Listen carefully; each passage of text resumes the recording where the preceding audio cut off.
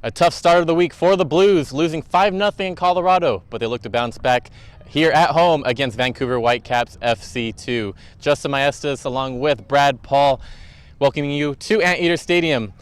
And it's going to be a very tough match today, as the Blues not only have a tough team coming in, but they're in the middle of a long stretch of games. Next 4 weeks, 8 games for the Blues. Yeah, they got to play a lot of games here in July, but they want to end June here very strong. It hasn't been too kind to them, losing 3 in 3 games, so they want to end on a positive note and against a team they have already beat here at home. They're up a man from a majority of that game, winning 2-0. Let's see if they can do it again. Now let's continue to talk about the Blues. They lost 5-0. They lost 3-0 the game before. Going into this game, do you think they need to stick with the same mindset, or what do they need to do? Well, they need to go more offensive here and get more guys forward, maybe take more risk out of the back, making those overlapping runs. You need to generate the ball in the back of the net, and that's the only way you're going to get a victory here tonight. 0-0 is not going to cut it, and to get back to those winning ways, you're going to have to put it in the back of the net, and that starts up top with Chris Cortez. And now for the Vancouver Whitecaps FC 2. They had a very good game against Portland Timbers 2 at home on Father's Day. It was a 3-2 victory. They're a very young squad, a couple of key pieces up top. What have you thought of them this season? Well, they're very streaky. They'll win 3 games, lose 3 games, win a couple. So they're very resilient, and I attribute that to their very young age. They have an average starting lineup of just 21 years of age. So as a professional, that is very good when you could forget all your downfalls and losing and going right back out and winning the next one. So the fact that they're young and they're resilient proves to be very critical in their early stages here of this season. Last game, both Levi, Bustos, and Clark had a pretty good game against Portland Timbers too. Let's see if they can do it here tonight. But that brings us here to our players to watch. And go first for the OC Blues, a man that's very familiar with the squad. Yes, Chris Cortez. He is going to be very crucial on those free kick opportunities. He could soar very high. And as we've seen, the last goal that the OC Blues have scored was Chris Cortez on a header in between 2 defenders. Unfortunately, that was a 2-1 defeat to the LA Galaxy 2, but he is going to be very critical on free kick opportunities and corner kicks. So if they could push the ball forward, they will be able to give Chris Cortez a shot in the box. Now for the team up north, a man that was on Team of the Week last week. Yes, Marco Bustos. He scored his very first goal here for Whitecaps FC 2, so he's going to look to get back into the mix and create opportunities for Vancouver Whitecaps FC 2. But here they are. They haven't won in California all season long and only 1-6 on the road. So hopefully they look to turn things around and build on their victory last week against Portland Timbers 2. It only takes 1 win for the Blues to start on another streak. Let's see if they can do it and have a next good month ahead of them. We'll see you a little bit later on as the Blues and the Whitecaps face off.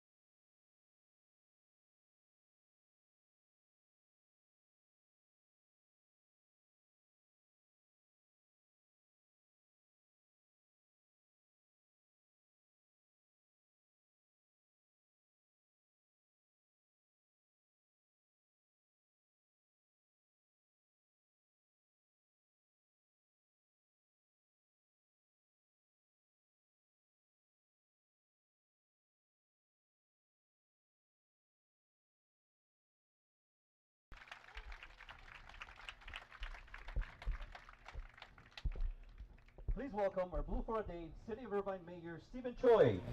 Major Stephen Choi, PhD. Mark Sherber alongside Brad Pauls. We're getting set for kickoff between the Orange County Blues and Whitecaps FC 2. The Orange County Blues coming in with a 5-6-1 record, have lost their last 4 matches, 0-4-1 in their last 5 games.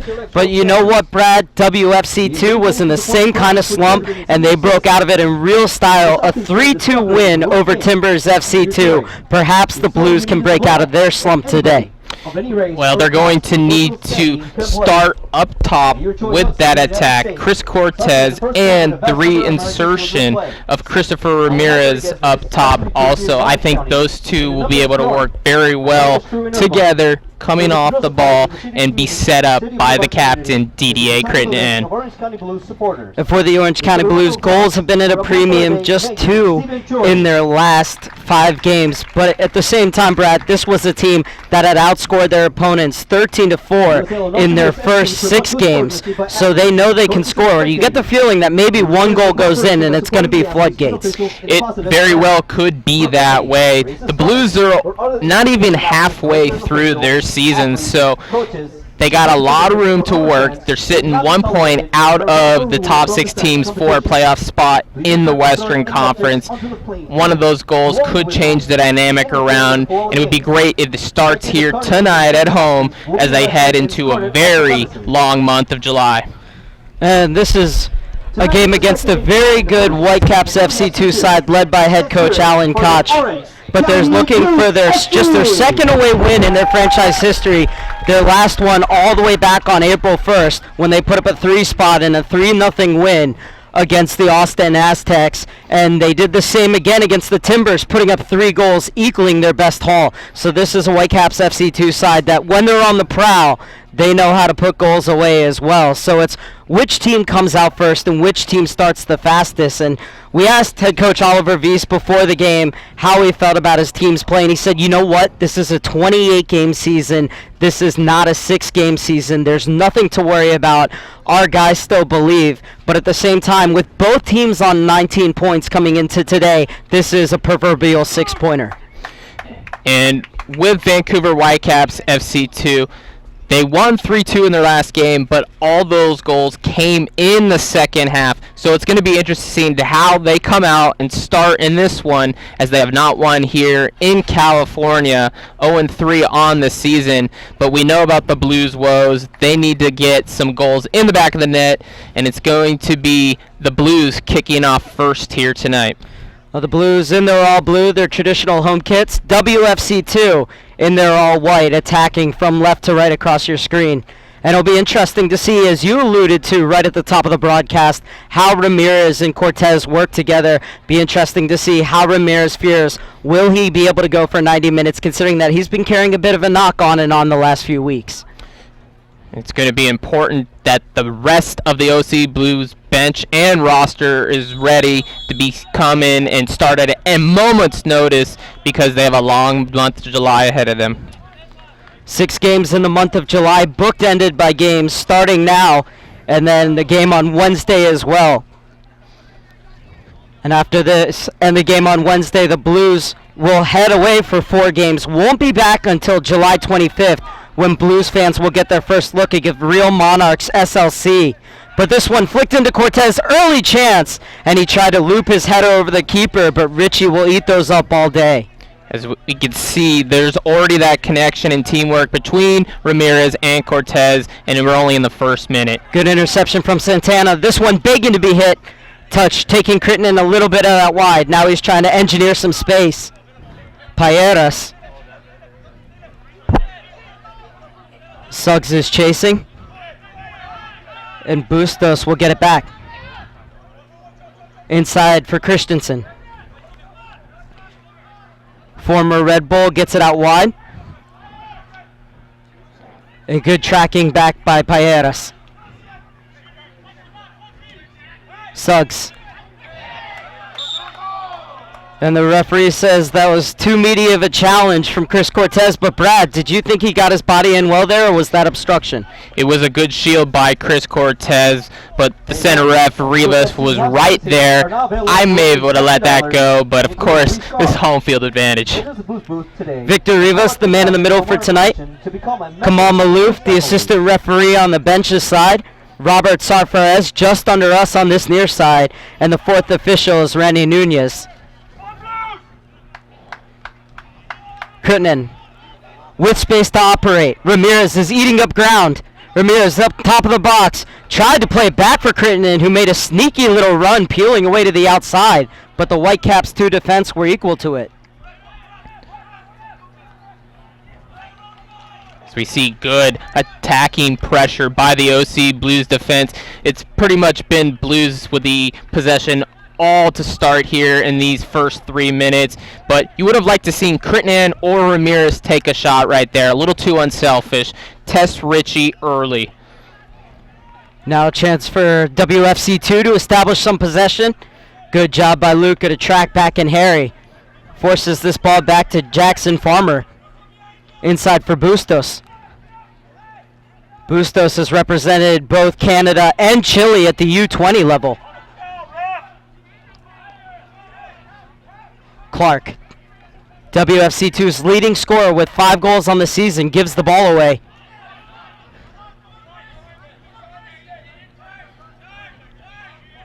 Sampson lasted just 34 minutes before being shown his second yellow card, the first time WFC2 came into town.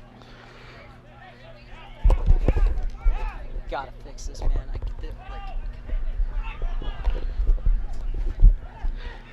And an opportunity, but watching this one go well over his goals, Miranda. However, good job by the Blues, Brad, to close quickly and not allow him to get a clean shot off. Well, that was the first time we've really seen WFC2 with possession, but they're very tight. They need to spread out, spread the field, and maybe they'll be able to go forward with an actual opportunity on Miranda. That was just a wasted chance. This one over the head of Bustos. Neatly laid back by Cortez for Suggs. Suggs trying to return the favor, but Sampson was well stationed. That's a smart ball into the channel for McKendry. And McKendry trying to cross it in. Didn't hit off a Blues player, so it'll be a goal kick for Miranda. As McKendry, who opened the scoring against Timbers FC2, ended a 323-minute goal drought for WFC2. Coming into this one, the Orange County Blues haven't scored in 216 minutes of play, going back to Cortez's equalizer in the 2-1 loss to the LA Galaxy 2. As Griffiths smartly heads this one back to his keeper.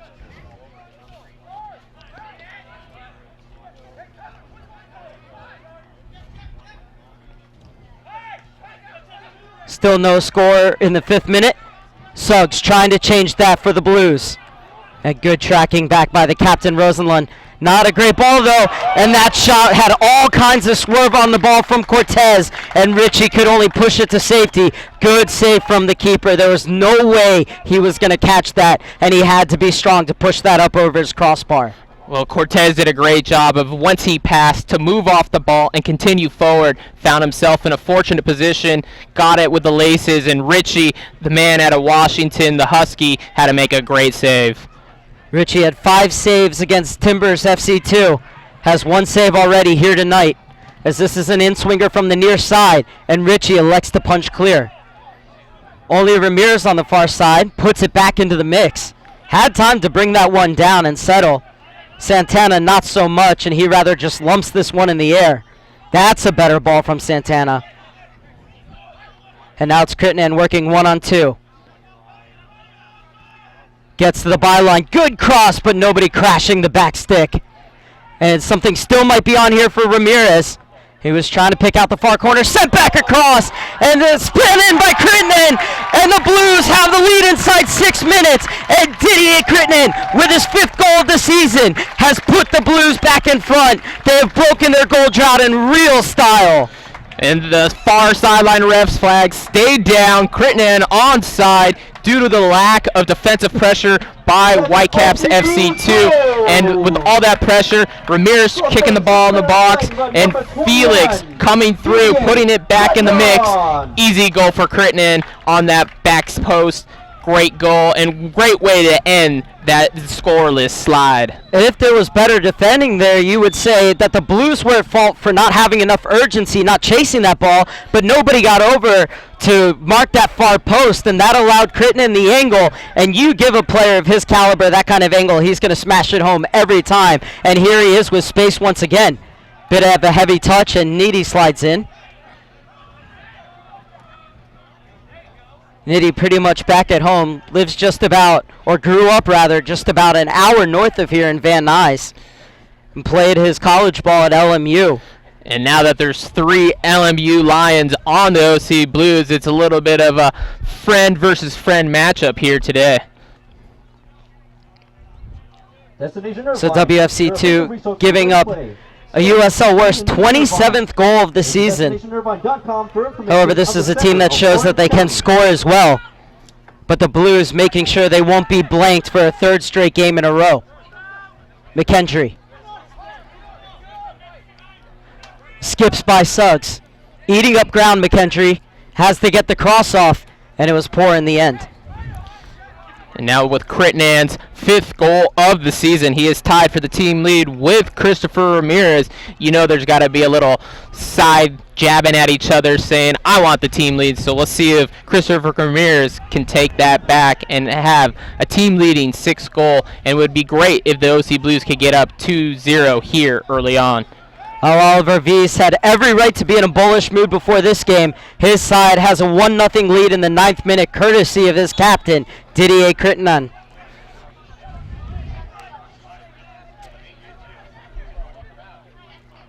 And how does that change the dynamic of the game, Brad? An early goal, especially for WFC2. Now they really have to press. And for the Blues, they can play with a much higher comfort level. They can play with a much higher comfort level, but you know Coach Vies has told these guys through this stretch they need to keep up their intensity, so they're just going to want to put more in. Yes, they're up 1-0 early on, but they're not satisfied. And if you're WFC2, you got to get back and you got to spread the field. You got to have possession, because right now it's been all OC Blues. And Santana has space to whip it across. That's a good ball back, takes a deflection, and it's 2-0. And you talked about the goal-scoring rivalry. Well, now Ramirez has 6 on the season. Great job by Ramirez. A goal scorer always put himself in position there at the near post. Gets a great deflection, and it's past Richie. 2-0 OC Blues. And what vision from Santana. So many players would have whipped it in. Well, I would have whipped that one in, but instead he had the presence of mind to pick his head up, calmness personified, and he played it right on the ground for Ramirez, and he was never going to miss from there. Well, it was a great job. A quick restart on the throw-in. Santana did a beautiful job to shield and let that bounce. And with that ball, unbelievable assist. Goal for Ramirez, 2-0, and we're only in the 10th minute of play, Mark.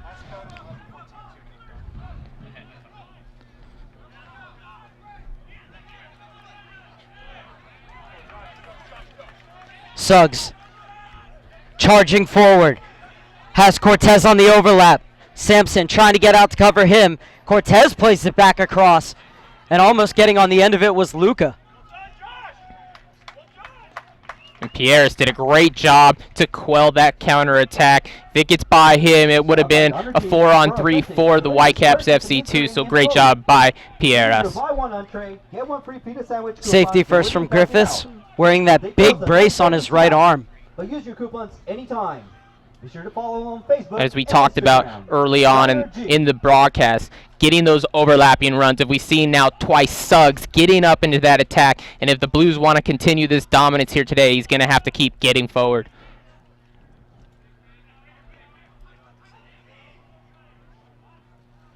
Ryan Felix chasing on the far side. Was signed just last week and made his debut against Switchbacks FC. As this ball played in, but only Suggs is there, and he'll head it away. Second header by Felix. Correction, Payeras with the header.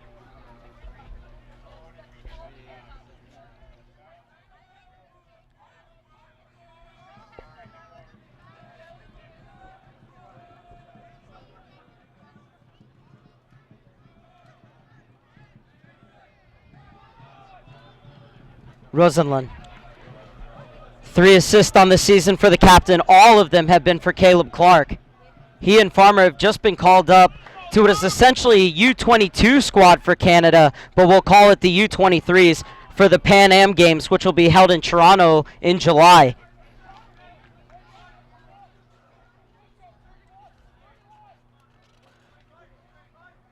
So we see Coach Feast orchestrating his players right there. Has to be happy with what he's seen so far, but not with that throw-in. Beautiful ball threaded through for Clark from Bustos, but the offside flag is up as Clark was too quickly out of the starting gate. WFC2, the second in the league in offsides with 48. Only Sacramento has seen the flag go up against them more, 51 times. It's all about that holding your runs. It's definitely tough when balls aren't going in the back of the net or you're not getting victories to stay on side, and they've been giving up a lot more goals than they're scoring. McKendry. First team all-conference last year at the University of New Mexico. Was in the residency program, went to New Mexico, played out his college career, and now back with WFC2. And here he is on the ball again, McKendry. Bustos made his professional debut last year with the first team in the Amway Canadian Championship against Toronto FC. Felix pops it forward, was looking for Ramirez, well stepped in. And this is Sampson. Score of that game-winning goal against Timbers FC2. Farmer will clear just over the head of Bustos. And a good job by Griffiths to step in before Clark could get on the end of it. Felix. Cortez.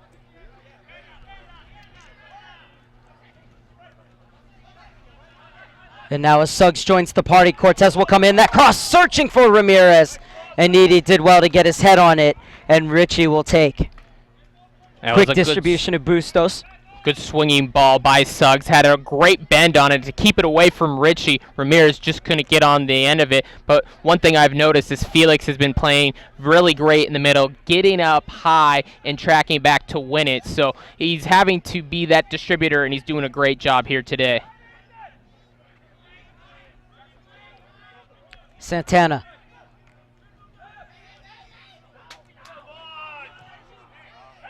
Not sure exactly what Felix was looking for there, as this one goes all the way through to Richie. And a chance for WFC2 to build out of the back. 15th minute from Anteater Stadium. Orange County Blues lead 2-0. 2 goals in the space of 3 minutes from Didier Crittenden and Christopher Ramirez, both coming off of crosses from the right-hand side. Mark Serber alongside Brad Paul and Justin Maestas. Hope you're enjoying our coverage here on the Orange County Blues YouTube page.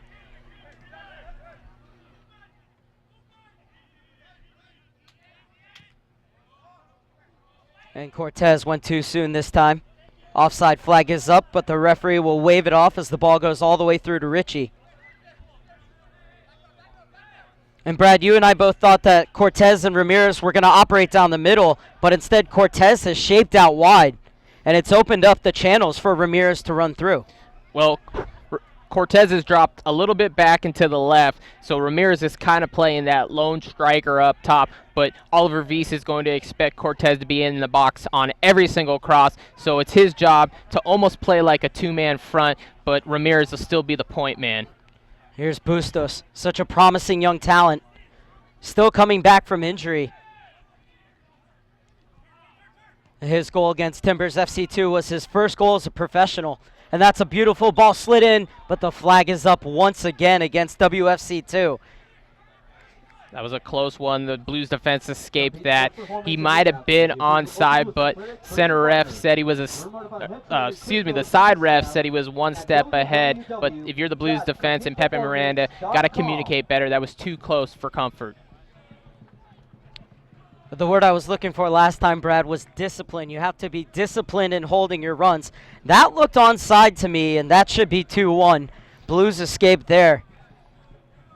Saved by the assistant referee's flag.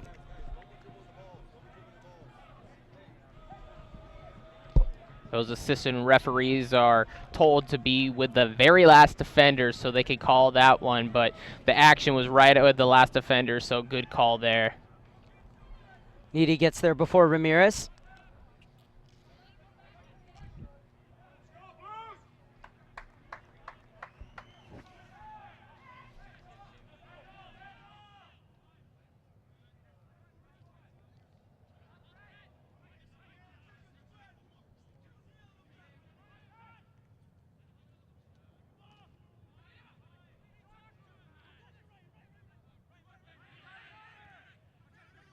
All Suggs has space if Cortez can find him. Waited a bit too long, and Sampson was able to recover. Good high pressure from the Blues to not allow Sampson out. Crittenden wants to have a go, and getting down well was Ritchie. Crittenden did a great job firing that to the near post, trying to catch Ritchie, not paying attention, but he had that all covered. And it was, again, great pressure by the Blues and the captain, DDA. And Griffiths has done well so far to keep the shackles on Clark. That's the player they're really going to have to watch, Clark. Already 2 caps with the full Canadian national team at the tender age of 19. Clark leads the Whitecaps FC2 in goals and points for the team, and also game-winning goals. So he is definitely their offense here, and Griffiths has done a good job so far in the first 19 minutes. Smartly turned back by Navarro. And just making sure that Miranda stays interested in the game, gets it back to his keeper. Cortez heads it over to Ramirez. Ramirez went down, and the referee says nothing there. Kind of felt that Ramirez was looking for the foul, the referee. He was definitely hit, but the referee says it was all part of the game and not a foul, so play goes on. But again, that great pressure by the Blues, and they win it right back. And that's going to be on all day. Those long balls to the head of Cortez, looking for the flick on and that diagonal run behind from Ramirez.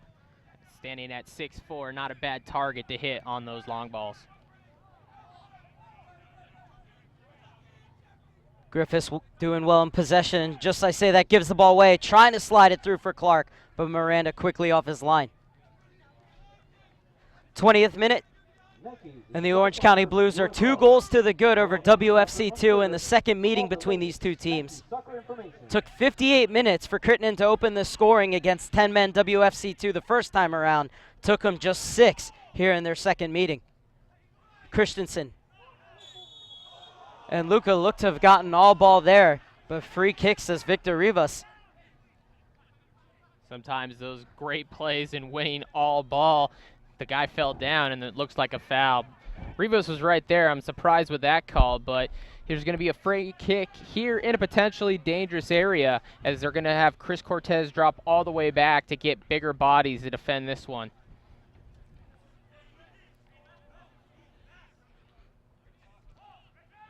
Play short by WFC2. What can the Caps conjure up here in the 21st minute? Oh, and that's well worked. Griffiths was over quickly, though. And no objections from the WFC2 players that the ball would hit off Griffiths, so just the goal kick in the end. These two teams coming into the game tied on points, but the Blues have a better goal differential and games in hand over WFC2. That's why they're 9th and WFC2 is in 10th.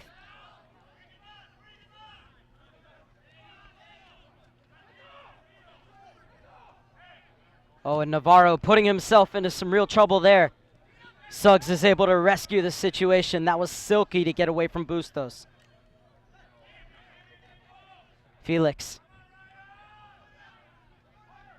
Playing as that shield in front of the back four, Felix. Despite the 5-0 scoreline, Oliver Weiss said Felix did really well in his debut against the Switchbacks FC. Said that he did everything the coaching staff asked of him, and he's rewarded with another start here tonight, but he's going to have to get out quickly there. Something still might be on here for WFC2. And the assistant referee's flag is up. Offsides for the third time against this WFC2 side. As we see here, every time WFC2 gets the ball, they're in too tight of spaces. They can't maneuver, and their crosses have been shut down every single time. If they could spread out, they can maybe put a shot on goal with that cross coming in and keeping Miranda on his toes. But until then, Griffiths and Navarro are doing a good job keeping that offensive attack for WFC2 quiet. Santana able to do just enough, and it will allow the Blues to get bodies back behind the ball. However, more white jerseys creeping forward as WFC2 tries to pick this Blues lock. Sampson has done really well in his appearances for the first team, but not well there as Cortez picks his pocket. Ramirez shaping out to the outside, peeled away, and Ramirez wanted that ball to his feet, and Cortez played it forward. That could have been a big opportunity right there. Unfortunately for the Blues, lack of communication, but those two are going to be together working all night long, so just one missed opportunity here.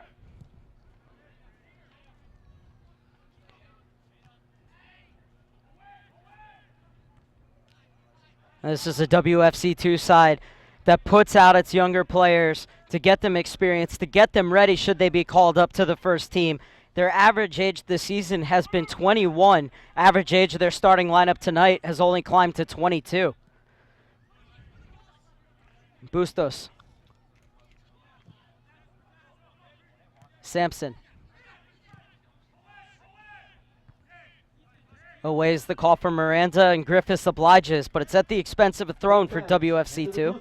It was not a bad ball by Sampson swung in there, but there was only Clark to find. The WFC2 offense needs to get higher up. And the Blues have to be careful. WFC2 very adept at sliding those balls into the gaps for players running in behind. Christensen thinking about shooting one here, and a bit too over elaborate, but the clearance needs to be better from the Blues. Still work to do. And Needy stepping all the way up. And Luca will be called for going over the back, and he has to be careful with those histrionics, as Victor Rivas is going to call him over. Looked like he got a little bit of a low bridge, but he's going to be called for the foul. And we seen the free kick earlier for WFC2 in a similar position. They went short. Let's see if they throw this one into the mix and try to create something. Well, at the moment, only 3 players camped out at the top of the box for WFC2. Bustos and McKendry conspiring over the ball for WFC2. McKendry calling for calm.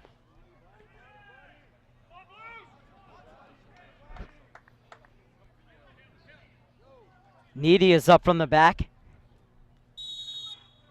And Rosenlund trying to step into that pocket of space in between the triangle of defenders. But this one will be driven in low.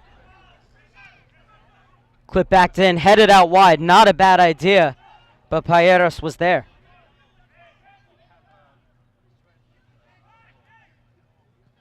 Luca steps in hard again. And WFC2 unable to keep it in on the far side. But Levi is down. Levi quickly up. It's a good sign for WFC2. Levi, one of those Canadian nationals on this WFC2 team. Have quite a number of Canadian nationals here playing for them.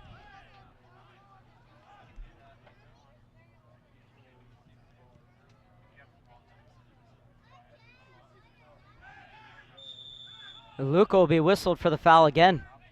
Third foul in quick succession. He has to be careful. Sometimes the referee will brandish a card just for consistent fouling.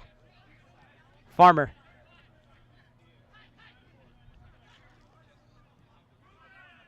Bustos.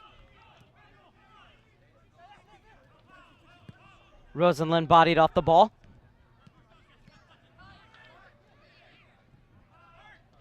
WFC2 establishing a good period of possession here. Haven't allowed the Blues out of their own half. Tigerish work from Suggs, forcing the ball back to Sampson. And WFC2 will recycle their runs. Looking for the long ball to Clark. And Griffiths has been a boss on those aerial battles. This is a good run. It's space out wide. Ramirez is flying in, has to hold up his run. It opens up the space for the shot, and flash just across the face of the goal. Santana doing a great job to keep possession and get that attack. Crittenden staying onside, had the decision to take a shot on goal or play it again. Back post for Santana on a little give and go. Not a bad shot, just out past the post and the outstretched fingers of Richie. But again, a great attack and a great counterattack for the OC Blues. Have you visited the new USLsoccer.com? Get the latest news and live stats and check out the new social media hub. And Blues fans will be happy here. They've broken out of their scoring slump in real style. 2 goals in 3 minutes. And we talked about how just 1 strike can change the confidence of a team. How about 2? Felix wins the header. Played just 3 games his senior year, Felix, at LMU. Had a foot contusion which kept him out until the final 2 games of the season. And that's always so heartbreaking when you work so hard, especially in the college ranks. And what being his final season there at LMU. But so far, doing a good job here tonight, and also in his first debut game with the OC Blues in the last one against the Switchbacks. You have to say he was one of the few bright spots in what was a very frustrating game from an OC Blues perspective. However, the Switchbacks have just catapulted up the table and have really found their flow. Certainly a different team than the one that we saw lose 3-1 here at Anteater Stadium. Well, the Blues will have a chance to get back at him 2 more times, as they so far are split on the season, but all their focus here is to change the momentum of their season as they head into that crowded July that you talked about earlier, Mark. July is always really the nitty-gritty month for the USL teams. That's where they play the majority of their games, and it's who comes out on top in July is usually the teams you see going to the playoffs. As Suggs, beautiful ball into the channel. Cortez gets to the byline, puts it back across. Santana waiting for it and couldn't get over it. Great job by Suggs on that overlapping run to find the streaking Cortez. Unfortunately, Santana just couldn't get enough whip on that one and keep it down. It's all about getting your knee over the ball, and a great job by the WFC2 defender to charge him down because he couldn't wait for that ball to get any lower. He had to hit it at that point, and that's a really tough shot to make. Also a great job by Santana to stagger his run, always being at the back post. You got to have a guy middle, near, and the back, and Santana was just unfortunate he couldn't keep that one down. Farmer will step up to the U22 ranks for Canada after featuring for the U20s last year in the Milk Cup, famous tournament held in Ireland every year for the U20s. Clark still unable to spin away from Griffiths. He's got a little space here and helps it on out wide. Gets it back at the top of the box, Clark. Good interplay, and Clark wanted an obstruction, but the referee's never going to call it there. Become a fan of the USL on Facebook for exclusive league news and interactive content.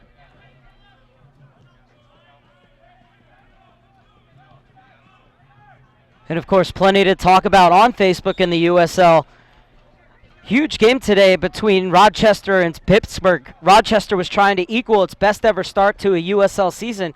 Pittsburgh was trying to keep its streak of scoring in every game in all competitions. Got to take a look at halftime, see how that one played out.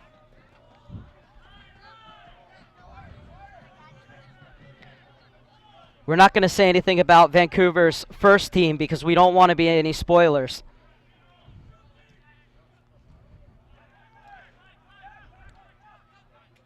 The WFC2 on the charge once again. Rosenlund weaves his way through midfield and leaves it out wide. And this is Clark. He's behind and gets hit by Miranda. And it's a lifeline. But the offside flag is up. No, it is not. It's Clark's 6th goal of the season. Clark able to keep his run onside this time around. One-on-one with Miranda. Professional finish. nobody really knew what was going on here. Everyone was expecting offsides for the third time. Clark able to stay on side, and the OC Blues defense just kind of shut down right there. The 32nd minute of play by number 34. And everybody just kind of froze for a second. We can't see the assistant referee on this near side, but nobody even came up to Clark, so we thought maybe the goal had been called back, but allowed to stand, and it's game on once again here at Anteater Stadium as Clark scores just after the half-hour mark. As we saw in that replay, he was able to get that ball right past Miranda in the bottom right corner. Nothing Miranda could do about that one, as he was kind of stuck in no man's land with a one-on-one with Clark. And Clark, his 6th goal of the season, has brought life back to WFC2 here early on. Clark gaining some valuable experience last year with FC Augsburg's reserves in Germany.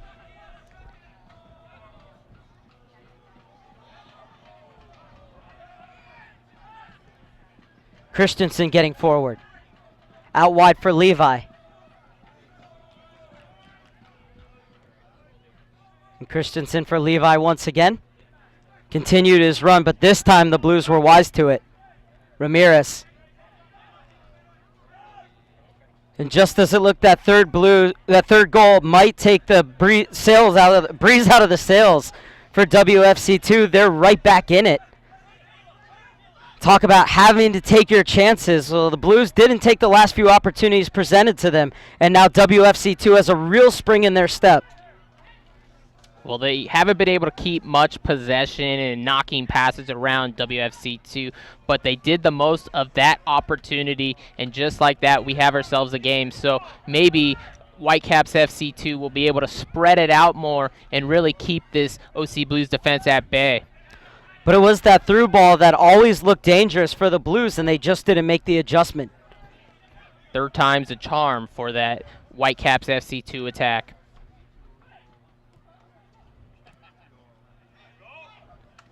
Kirtnen has only Santana to find out wide. Skips past this man, in for Kirtnen! Great save by Richie. Kirtnen playing that ball up to Santana, was the one that received that cross from Santana. So good job hooking up there.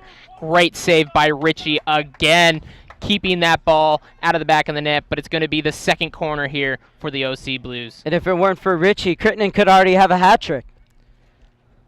Santana over to take. Has had a hand in both goals for the Orange County Blues. Has been a real nuisance down that right-hand side. And this one played low, looking for the flick on off a Blues player last, and just the goal kick in the end for WFC2. Look to go off the foot of Luca right there. Calling Luca's name a lot, but it's for all his defensive work here today so far. Christensen. Little ball inside for Bustos. Looking to curl it to the far side. Payeras doing the defending. A step on Payeras, deflection! And WFC2 is level in the 35th minute. Anteater Stadium has fallen silent. A quick step on Payeras, a shot, and deflected, leaving Miranda for dead. And what an excellent comeback by this WFC2 side, who never put their heads down, and they have really tilted the field in their favor. Well, that's the one thing about being young and resilient. You forget about the last chance that happened, and just like that, it's all tied here at 2. And as a defender, you're always taught to keep the ball to the sideline. You put your back to the middle and try to push him out wide. Pierres couldn't keep him from going middle, and that deflection, Miranda had no chance. And just like that, all tied up here at 2. We got ourselves a game here tonight. You're not going to want to miss any of this action. Levi with his second goal of the season, and it draws WFC2 level. And my, how the tide has turned in this one.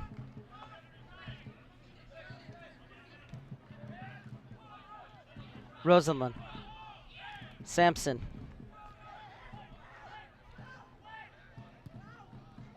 And Richie, with no options, just hoofs it downfield and out of bounds. Follow at USL on Twitter to become a league insider, join club conversations, and have a chance at exclusive giveaways. Farmer steps in. Bustos was trying to chisel his way down this near side, but Felix stepped in front of him and promptly gave the ball away. McKendry eating up ground right at the heart of the Blues defense, and standing his ground was Brenton Griffiths. Crittenden dispossessed. And good textbook challenges all over the place, and Richie gets there, causing Cortez to cut his run short. Luca played that one a little bit early, but what's changed for WFC2 is their defense has been more stout in the back, and that's causing the attack to go on the offensive really quickly here. So that defense has really stood up right now after those first 2 goals went in against them, and that's what has caused them to get back in this all squared at 2. Levi gave that one right to Cortez. Ramirez wants it outside and sends it Suggs on the overlap. Working on Sampson. Suggs gets inside of him, plays it across, and cleared away right before Felix could get to it. Felix. That might be a bit too far as it skips out of bounds, and it will be a goal kick for Richie. Nike is a proud partner of the USL. Follow at Nike Soccer on Twitter for all the latest Nike Soccer information. Suggs trying to play that one back into the middle up at the top of the box, electing to go on the ground instead of in the air. Whitecaps FC2 doing a good job to get a foot to that and prevent a clear, clean shot on Richie.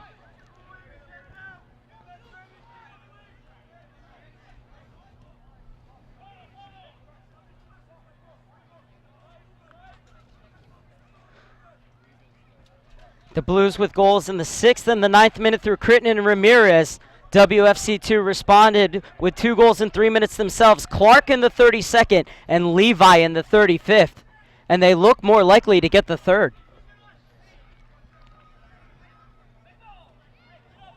And a chance for WFC2 to lock it in as it's going to be a throw in deep in the Blues end.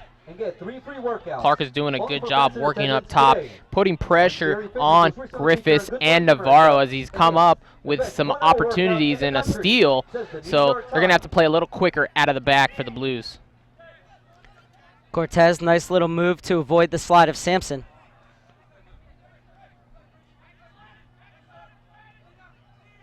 Great ball for Santana on the far side.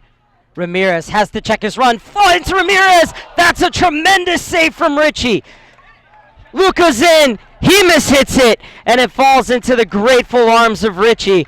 But Richie with an Ospina-like save there. How did Cortez miss that one? I don't even think Richie knew what hit him. It was just a reaction save. Ramirez did a great job to put that on frame, but an even better cross from Santana.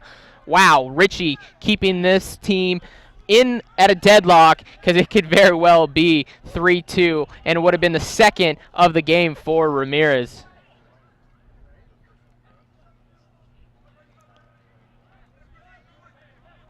Nifty work from Santana on the far side. Once again, the catalyst for the majority of these moves for the Orange County Blues. Cortez. And that one was always tailing away from Suggs, but a poor clearance allows Cortez to smartly head it out wide. Suggs did well to sort his feet out. And Sampson gets in and gets the block, but at the expense of the 3rd corner kick for the Orange County Blues. Really been impressed with the way Suggs is getting forward, but more impressed with his footwork, making all these nifty moves, back heel cuts, and he's doing what it's needed to get that ball into the mix. So he's creating that little bit of space, and sure enough, 3rd corner kick for DDA Crittenden as the Blues look to go up here 3-2. And now Cortez is where you want him to be, in the middle to get his head on it. Couldn't direct it goalwards. Ramirez smartly heads it back.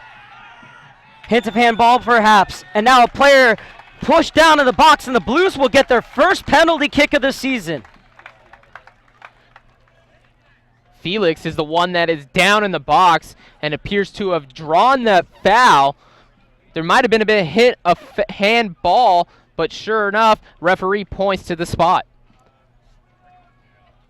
It's going to be Crittenden to step up, see if he can score his second goal of the game and put the Blues back in front before halftime.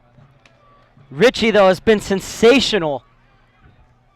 So this will not be an easy task for Didier Crittenden. WFC2 was in a 5-game thriller last week. They're already potentially in a 5-game thriller here in the first half. It's Crittenden versus Ritchie. And Crittenden wins. Orange County have their noses in front for the third time. And that's an all-C Blues goal. As DDA now slots home his 6th goal of the season, tying back with Christopher Ramirez for a team lead, and that was beautifully placed in the lower left-hand corner as we see Ritchie trying to deke out. Crittenden guesses to the right side, but just too much power and precise positioning by DDA Crittenden. 3-2 OC Blues. What a tremendous game we have here for you on YouTube, and all USL regular season and playoff games are available live, free, and in HD on YouTube. Connect with the USL YouTube channel today. And now Santana doing the work on the defensive side of the ball, getting back to help Payeras this time around. A good high pressure, winning the ball back for the Blues again. Pushed on for Ramirez, but not far enough in front of him. Well, the Blues really came out of that slump here, not scoring in for almost 220 minutes. Already have 3 spot here in the first half, but it's come at the expense of giving up 2 goals, as Santana's going to play this out with one of his players down. And perhaps Bustos went in with a high boot as the referee calls on the Orange County Blues training staff. And that's exactly what Felix is saying. He's asking for a stomp.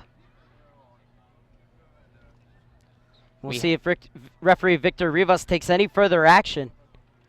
Well, I think he's going to say to Felix, I just gave you a penalty, relax.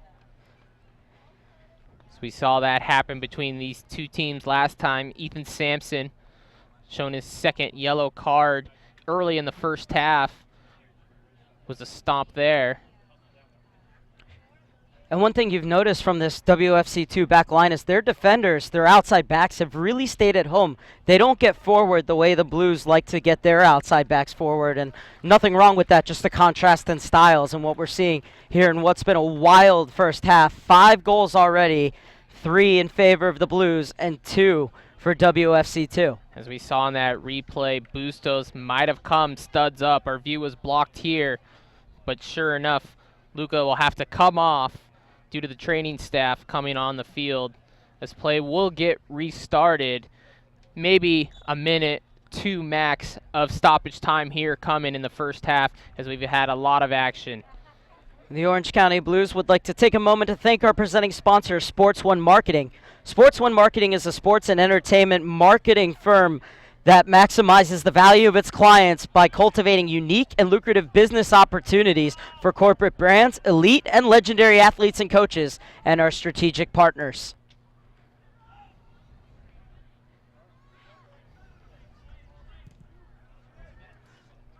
Well, the hashtag this season has been USL Rising, and we've certainly seen that here tonight. A minimum of 2 minutes of stoppage time will be added on to this first half, and Brad, what a first half it's been. All goals except for the last one coming on the run of play, as we had the penalty kick that Didier Crittenden beautifully slotted home to give them the early lead here. As we got that 2 minutes of stoppage time here in the first minute, and the Blues may have an opportunity to put another one on frame, but Ritchie has been sensational, even though he's given up 3 goals. Well, can the Blues nick another one and take a 2-goal lead into the break? Almost a minute has elapsed in stoppage time. The cavalry is up from the back. 3 players back, making sure that Clark can't get away with one, and that's a waste. The kick is up, and it's good on that one. Kitan skying that one.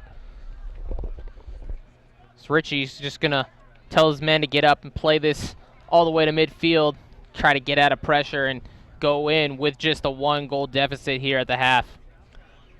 This is a WFC2 side that's shown they're capable of coming back no matter what the circumstances are. And they perhaps have one more chance here. Ball slid in, but Bustos didn't make the run, and Miranda is out to claim.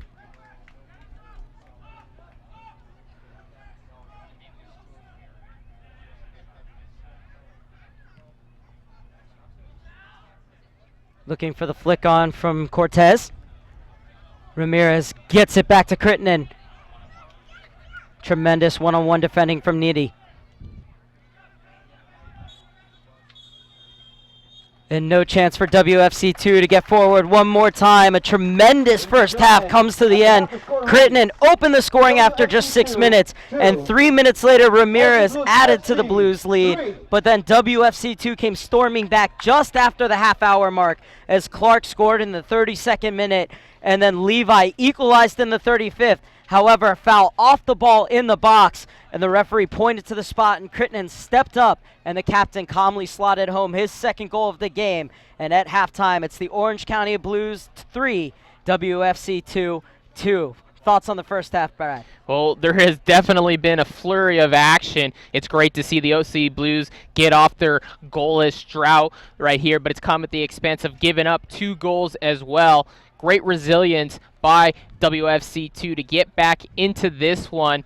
But as we see here, OC Blues 3 corner kicks to 0 for WFC2. So we know where all the attacking pressure has been, and it's been in that third of the Whitecaps FC2's goal. So if the OC Blues can keep up this pressure, it'll be interesting to see how they can continue that momentum into the second half. And despite the fact that Kitan and Ramirez have the goals, you have to say that Santana was the player of the first half. Santana was getting forward and sending those balls in, creating 2 of those opportunities in the run of play, and he's also doing a great job tracking back and making those runs, staying onside. Oliver Weiss has to be happy with what he's seen from Santana. But if you're Oliver Weiss, you have to figure out a way to stop the runs of Clark and to make sure that Bustos doesn't get the ball in the midfield. Well, you had one lack of communication from the back line as Clark was able to sneak through on that through ball. They thought it was offsides, didn't happen. And with Payeras, just keep your defender to the outside. Got him to the come to the middle, which is what you don't want to do. And sure enough, a shot and a deflection got past Miranda. Well, it's 3-2 at the break. We're going to step aside and catch our breath, but stay with us as we have the newest edition of Orange County Blues TV coming your way, courtesy of Justin Maestas and Darby Brown. Hey everyone, you're watching Blues TV. I'm Darby Brown, and today I'm going to get you caught up with Orange County's very own professional soccer team. The OC Blues recently announced a new partnership with FC Anyang. We spoke with Blues owner Ali Mansouri about the new agreement. The initial contact was a FIFA agent that we have been using in here to bring a Korean player to us, Mr. Peter Kim. He's a good personal friend of Mr. Park. So I had our initial meeting was at the stadium, and then we went to lunch together, me and Mr. Park, and we became pretty close friends after like 2 hours. 접고 조금씩 들어가고 있습니다. 계속해서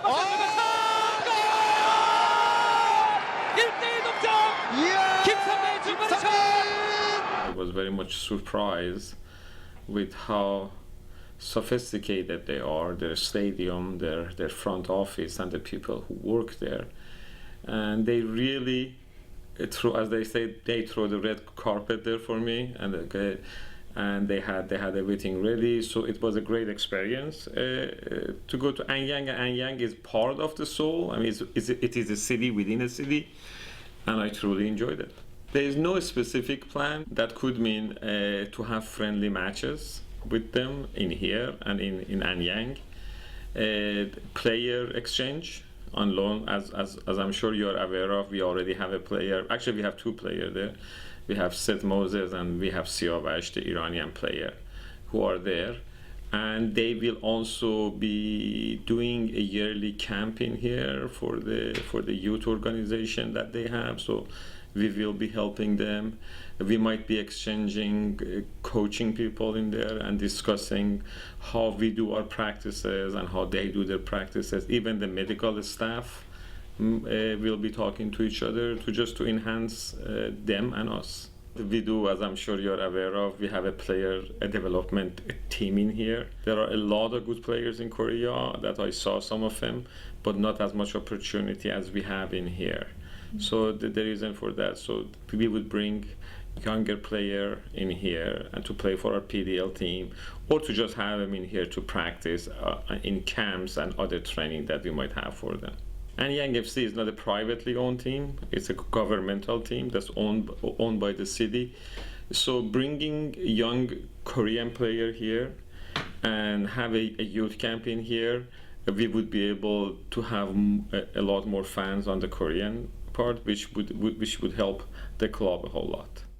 We sat down to go in depth with midfielder Luka Petrečević. Here's a little preview of the full profile that we will be releasing soon. My name is Luka Petrečević. I'm from Podgorica, Montenegro, and I'm a central midfielder. Montenegro is a small Mediterranean country, like really small. It's 700,000 people. So I would say it's maybe fifth or sixth smallest country in Europe, after, of course, San Marino, Andorra, Liechtenstein, and all those really small countries. But Montenegro has like a really long history, and we take a lot of pride in it. There's a lot of empires that were crashed, that were leftovers, that stayed in Montenegro. Turkish Empire, Italian empires, even French empires, where Napoleon was coming to Montenegro, but Montenegro was never ever conquered in its own history. So I guess that's the maybe reason I'm so tough at the field and all. Playing, like you said, defensive midfielder or central midfielder, you have to be aggressive on every single ball. You have to be strong. You have to not only be strong in duels and like challenges and all, you have to be strong with the passes, with the ball. You have to be aggressive even with your teammates sometimes, just to direct them where they're gonna be, where they're gonna run. It's tough position, but that's what I love it. Since I was 5, since I started playing with the boys outside, when the coach saw me play in front of my building where we have all the fields and all, then he invited me to join his soccer academy, and that's how I started. And from that moment I knew what I'm gonna do for the rest of my life. It's a pretty good call. I love what I do. The Blues will be back at Anteater Stadium this Saturday for a game against the Vancouver Whitecaps too. Let's take a look at the game highlights from the last match against the Whitecaps. Had nobody but him and Miranda. Petrečević sprays it over to the far side. Slogger, Ramirez really should have done better. Kitan floats it in, but it's headed away. And Slogger looking to run. Gets past the first man. Able to get the cross off, but it's a weak one in the end.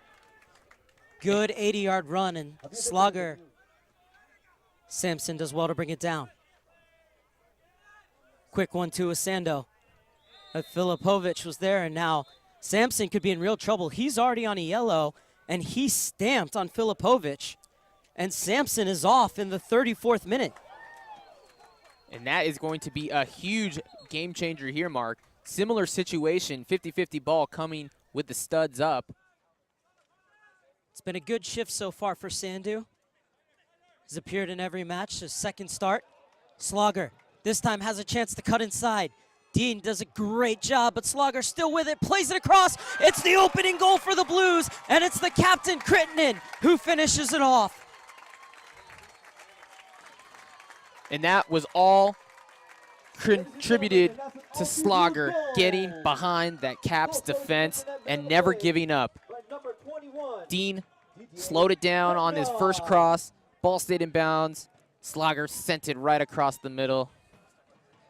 The wily veteran Kitan at the back post as we see Slogger go with speed, but Dean did a great job to defend that. Couldn't keep it out of bounds. Right in the center. When you have that extra man advantage, nothing but the back of the net for Kitan. Petrečević, though, did a great job to control the pace of the tempo of the game. for the Blues. Can Barone do the same? Ball slid through once again. Can Slogger get one for himself? Tremendous save by Carducci. And McKendry has every right to be irate. He got all ball on that one. But all Mari Skal saw was that he got a lot of Chris Cortez as well. And now Crittenden with perhaps a chance for his second goal. This one could come from the set piece. What a through ball to Slogger, getting behind the defense. But look at Carducci, stay low, block the 5-hole. Slogger tried to get nifty, put it between the wickets of Carducci, but he did a great job of stopping that angle. Gotta love the selfishness right there by Slogger. That's what they want from him. Go and attack that goal. As Cortez on that rebound was able to earn a free kick. And as you said, a lot of ball, but a lot of man as well. Cortez and Crittenden are the main protagonists in this plot. 4 players in the wall for WFC2.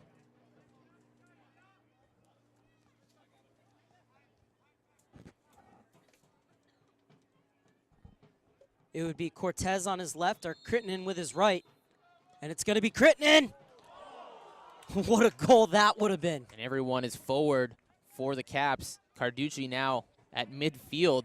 So anything that gets punched out, he's sending it back in. They're going to try and steal a point here on the road, Mark, as they've been playing with a man down for nearly 65 minutes.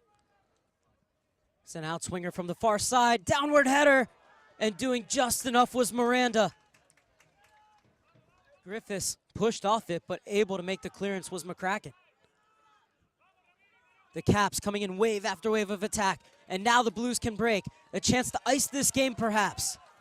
Cortez running on tired legs. Holds it up, sees Walker. And somehow it finds him. Out of sight, out of mind. The Blues have wrapped up all 3 points, courtesy of substitute Amani Walker. Cortez takes that ball all the way to the 18-yard box. Walker did a great job holding his run as he was streaking up the left side to meet up with Cortez. Ball finds his feet through the defense somehow as Cortez just takes this as far as he could go. Amani Walker, great job holding his run. Whitecaps feet just too tired. Walker puts that in the roof past Carducci. Well, they had that opportunity to slow it down. Just couldn't do it. The Orange County Blues get their first win of the 2000.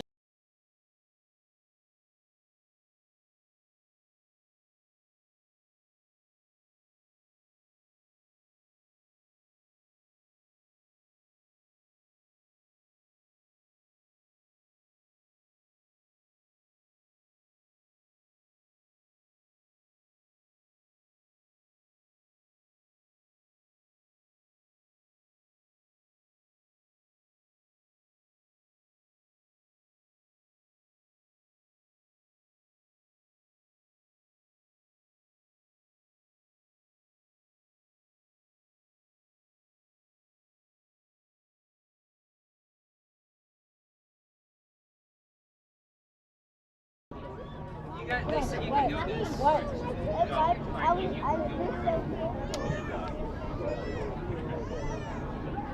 Welcome back here to Anteater Stadium, where OC Blues and Vancouver Whitecaps are in a 3-2 scoring game right now.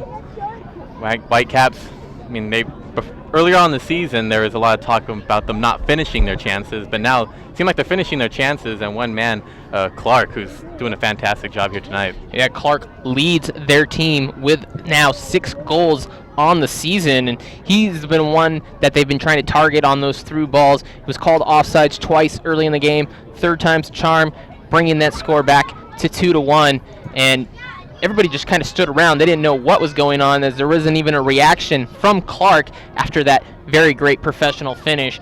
Flag stayed down, and after that, it was Levi that got him all tied up at 2 apiece in the 35th minute, but a foul in the box as Crittenden was able to slot it home and give them that 3-2 lead here at half. Yeah, both of those Vancouver Whitecaps goals came 5 minutes between each other. I thought Levi had a very good game against Portland Timbers too. Didn't get on the scoreboard, but got on here today. It's only his second goal of the season. And Blues, I mean, they have 3 goals here in the first half, so you would think they had a lot of offensive chances, but it seemed like a lot of those came in like the first 15, 20 minutes. What do you attribute that to? I think they realized that this could be a turning point for them in the season, as they know they have 2 games here back-to-back at home, and they're going into the heavy part of their schedule here in July. 6 games in July, and starting lineups could be changing ferociously as they need to keep the legs fresh. So these players want to show their ability to stay in that starting 11, and it starts here tonight. If they can show their worth here on the field, Coach Oliver Wiese will keep them in that starting 11 going forward. Looking out on the field right now, I don't see any changes from either side, but we'll get official word once the second half starts. And one big guy to come back was Christopher Ramirez. He was not with the Blues these past couple of games, came in on the second half in the Colorado game, but we both know that wasn't a very good game for anyone. But here tonight, really showing why he's now tied as the leading scorer. Yeah, it's only a matter of time before Ramirez found himself back into that starting 11, and it didn't take long in the 9th minute for the deflection, the ball going by Richie, but Richie has been outstanding here in the first half. Don't let those 3 goals fool you, as he's made 4 unbelievable saves. Well, 3 really unbelievable saves.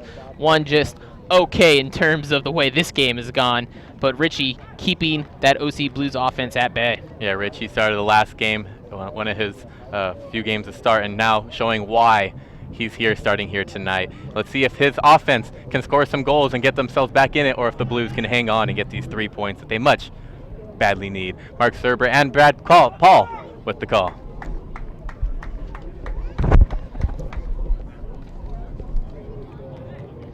Well, I think it's been said, if the final 45 minutes are anything like the first 45 minutes, you are not going to want to go anywhere, as it's WFC2 to get us started in the second half, attacking to the left. As Christian gets it back to his keeper.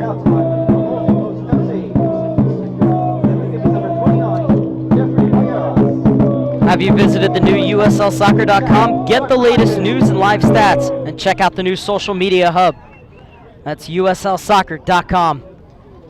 And there has been a substitution here to start this second half, as the right back Payeras has come out for the rookie out of LMU, Jack McCracken. Beautifully weighted ball for Bustos on the far side. And you can understand that Levi's paced too much for Payeras, as he was beaten on that second goal. As all Levi did was cut in front of the man on loan from Municipal. And here's a chance for the equalizer. Levi getting inside. Leaves it off. That's a good ball to the far side. And a good job to get all of that from McKendry. Unfortunately, from a WFC2 perspective, right into the clutches of Pepe Miranda. That was really just a standard save there for Miranda, but a great job of McKendry to swing his foot around and put some pace behind it. But as you were talking about Levi getting by Payeras, McCracken will have a little bit more pace in trying to quell his offensive attack. Finally brought down after a little bit of head tennis. As Santana lost it for a second, but stepped in and won it back. And here's Kitan on a hat trick. The captain, who perhaps provided one of the best moments in the history of Orange County Blues TV in his first ever interview, when he switched to French in the middle. I caught everything he said. I don't know about you. And almost catching this one was Ramirez, but Richie read it well and was quickly off his line. Kitan, of course, now with 6 goals on the season, coming in, 3 of his 4 goals have been game winners. And as things stand now, this would be his 4th game winner of the season. However, you get the feeling that there'll be more goals in this one, as Victor Rivas whistled that one a bit late, but it'll be a free kick in the center circle, quickly taken by Rosenlund. Rivas calling for the ball to come back, as it's got to come to a complete stop before getting underway, as WFC2 looked to be off to the races, so good job by Rivas. Quickly slotted into the middle from Farmer. McKendry. Little ball back for the captain, Rosenlund. Played for Toronto FC in 2008, was the first ever Canadian to score for Toronto FC. Of course, that's pretty much the equivalent of a 4-letter word to the WFC2 fans listening right now. Ball swung in by Christian. It's a good ball. And it's going to be the first corner kick of the game for WFC2. First corner coming 49 minutes into the game. But so far, that left side has been all points of success for WFC2 as they continue to push that left side.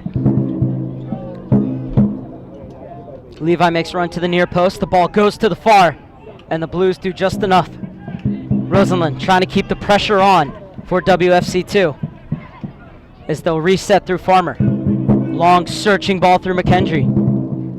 McKendry brought it down. McCracken pokes it back to Griffiths, and the referee will blow his whistle as there's a WFC2 player down inside the 6.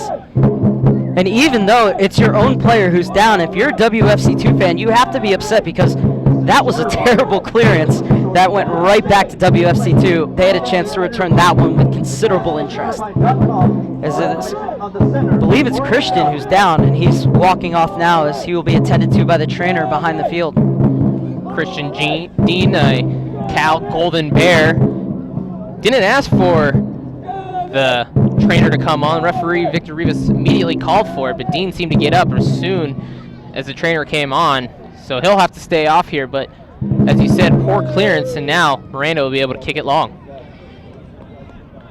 And when the referee dropped that ball right to Miranda so he could pick it up, Caleb Clark just put his hands up in the air like, you've got to be kidding me, we had a chance there. And Chris Cortez sportingly heads the ball out of bounds to give it back to WFC2, albeit in their own half. Right thing to do there, great sportsmanship. The man that was down, Dean, right here, already back in action as the ref lets him come on, but he's still holding the back of his head. Farmer moving up, be one of his last games before he joins up with the U23s for the Pan Am Games, which will be held later this month in Toronto.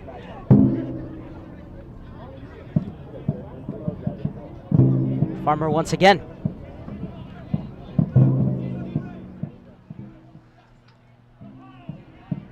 Good flowing move from WFC2. And stepping in was Felix.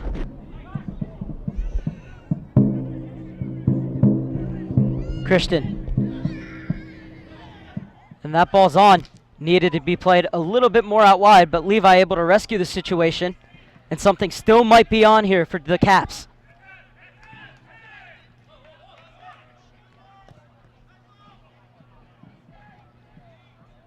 Floated for Bustos to the far side. This WFC2 has all 10 outfield players inside the Blues half. And they're camped out across the box just waiting for a cross. However, good pressure from the Blues forcing them to go back with it. Well, this is a good job by WFC2 to keep possession and in the Blues half here. Just waiting for that opportunity. You don't want to force it. You want to make sure to get a great shot on goal as they are right now the ones trailing in this game. So every offensive attack opportunity they have is very critical. Not enough to get by Luca, but Christensen won it right back. Space on the far side to put in a cross. It's a good one. And doing just enough was Beto Navarro to get ahead on it to put off Levi. As Levi quickly throws it in.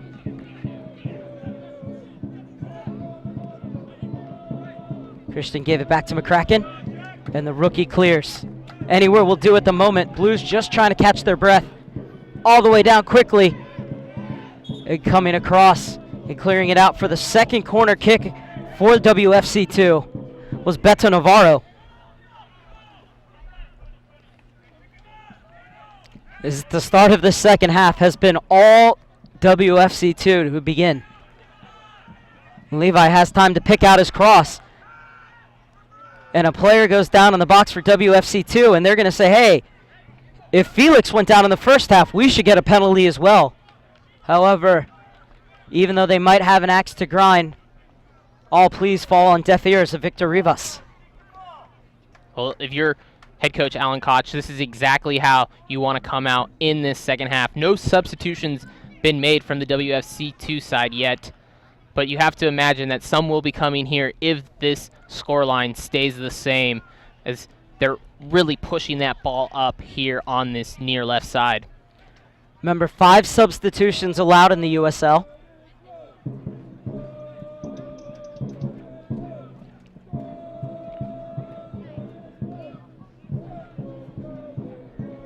The Blues trying to establish just some semblance of possession, but it's stripped away again by WFC2. And Rosenlund forced to go all the way back with it.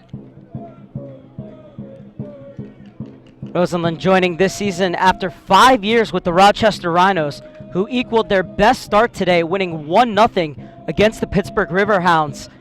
And also the first time this season in all competition that the Riverhounds have been kept scoreless. Oh, and a poor mistake. Ken Campbell, Clark take advantage. Clark looking to create a half yard of space and tried to slip it through. But the Blues line was able to remain compact. Santana. This time Christian stuck to his task well. McCracken smacks it clear.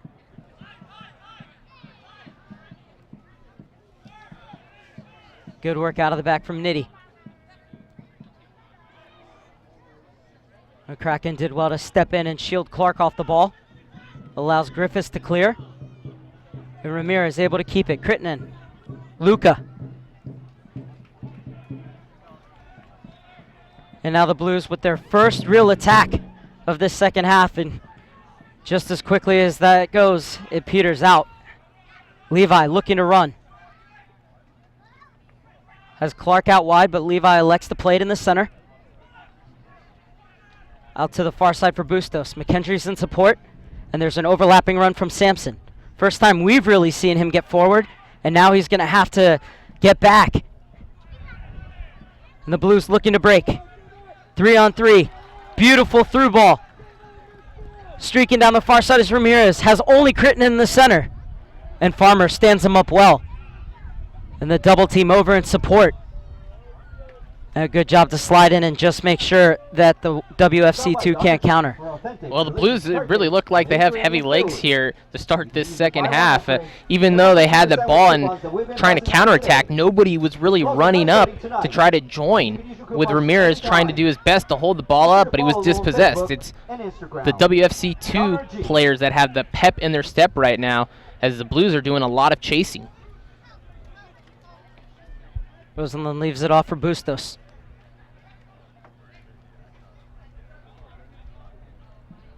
Farmer. Doesn't play like he's 19, Farmer.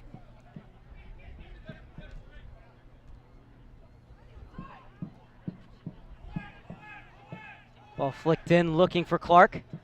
And Griffiths elects to pass it out of the back, and that's exactly what Weiss wants. Played into the path of Ramirez. Just a bit overcooked, and it takes him out wide. Blues able to maintain possession, though. Great turn from Luca and a definite free kick. Christensen can complain all he wants, but he got his foot wrapped around Luca. I thought maybe a card was going to come out right there, but he keeps his hand out of his pocket. It's just going to be a free kick in a dangerous position here for Crittenden, but great move by Luca to try and get around Christensen right there. All Christensen can do was foul him to stop that attack. And Christensen just getting a talking to from Rivas. Christensen felt that Luca went to the ground way too easily. You know, he had his foot hooked, and Luca could not continue on, as he probably would have fired a shot with his left foot that he favors. And Crittenden has scored from this range. Found the equalizer against Sounders too in the 70th minute of that 1-1 draw. That coming off of an indirect free kick. It will be either Crittenden on his right or Cortez on the left. It's going to be Crittenden. Oh, it was almost a brilliant goal, but the post comes to Richie's rescue. Well, Richie's going to say he had that wall set up beautifully, and Crittenden's just going to say, are you serious? Should have been a hat trick right there. Levi cuts inside of Griffith. He's been so dangerous when cutting inside from the flank, Levi. Bustos Christensen, we talked about the outside backs not getting forward in the first half. They certainly have here in the second to great effect. And Christensen wanted to have a go, but Luca was able to get in the block. Crittenden lost sight of it. McKendry.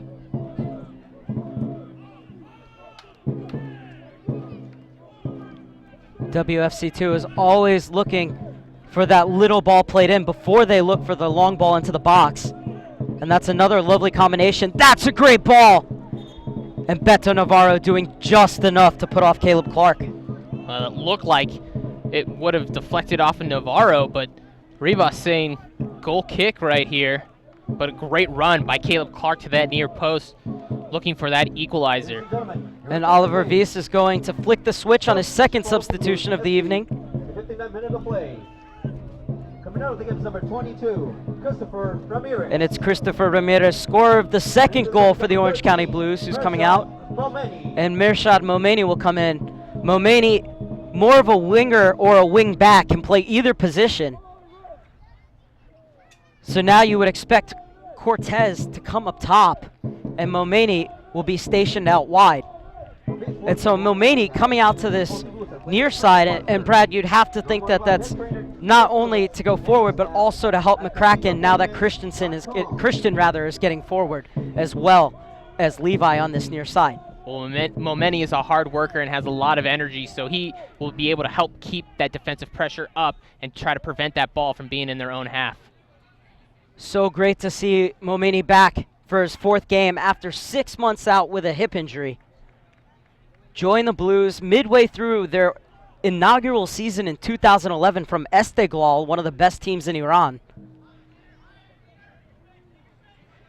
Was an instant hero right away, scoring 2 goals on his debut in the U.S. Open Cup against the Hollywood United Hitmen.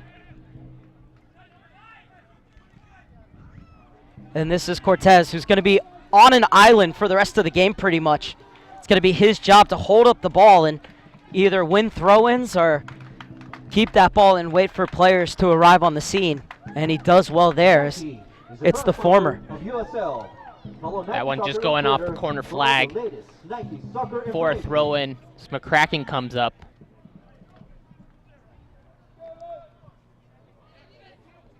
Christian, another player who's seen time with the first team for WFC2. McCracken tries to get the cross off. And no one was around Farmer, but he just hacked at it.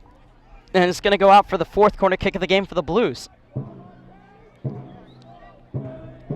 First here of this second half for the OC Blues. This would be great to see Brenton Griffiths get his second goal of the season, scoring on a corner kick just like this. Crittenden with the outswinger. WFC2 was first to it. Keeping the ball is the first order of business for Santana, who gets it back to Navarro. Swings it over to Suggs. Griffiths has popped up on the far side and wins the free kick, much to the chagrin of Sampson. If you're Coach Weiss, tell Griffiths to stay up right here and get in that box, and tell Crittenden to put it in there. Give his guys a chance in the air. You got Cortez and Griffiths great at winning those balls in the air. We see Cortez get up high between 2 defenders against LA Galaxy 2 on his last goal of the season. So look for him as Griffiths is going to drop back. It's going to be Cortez at their target in the box. 2 minutes past the hour mark, and the Orange County Blues looking for their 4th goal. Griffiths tracks it down in the corner and sees it go off of his feet. Frustration for the Jamaican, as it'll be a goal kick for WFC2 in the 63rd minute. 3-2 the Orange County Blues lead. All the goals coming in a thrilling first half. And this has been an aesthetically pleasing second half, but we haven't had the end product from either side. Coming closest was Didier Crittenden hitting the post with an exquisite free kick. Would have been contender for goal of the month for sure. It's unfortunately going to be Chris Cortez down. He tried to get up, but he just couldn't keep moving as he fell after he got outside the box. does not look good here. And Miranda looking on. Cortez holding on to either his calf or his knee, and that is not a good sign. Cortez already missed a few games earlier in the season with back spasms. It appears Cortez injured himself on that challenge as he tried to keep the ball here in the box that Griffiths could not run down. Seems to be where Cortez injured himself here. Follow at USL on Twitter to become a league insider, join club conversations, and have a chance at exclusive giveaways. At USL, and reminder not only to follow at USL, but when you talk about the league, use the hashtag USL and the hashtag USL Rising. When we talk about USL Rising, well, this has been a great showcase here tonight. Genuine talent. And Coach Oliver Weiss has already used 2 subs here in the second half, and it looks like he's going to have to pull the switch on his third, as it looks like Amani Walker is getting up for the bench here as Cortez needs assistance getting off the field here. Cortez walking very gingerly. Walker would be making his 10th substitute appearance. His only goal this season came against WFC2, and that was to close out the 2-0 win back on April 12th. In the 93rd minute of play. And Walker usually comes in around the 75th, 80th minute. Well, he's going to have more time to impress Oliver Weiss here. Especially it will need to be strong with his hold-up play, Brad, now that there's just one striker up top. Well, they don't lose size there as Amani Walker could win those balls in the air, so that's going to be crucial going forward here as he's going to get himself a good 25 minutes plus. And he's right there on cue, target of that long ball. Acrobatic from Luca, but the offside flag goes up against Walker. Referee waves it off as the ball just goes through to Richie. Fans here love that one.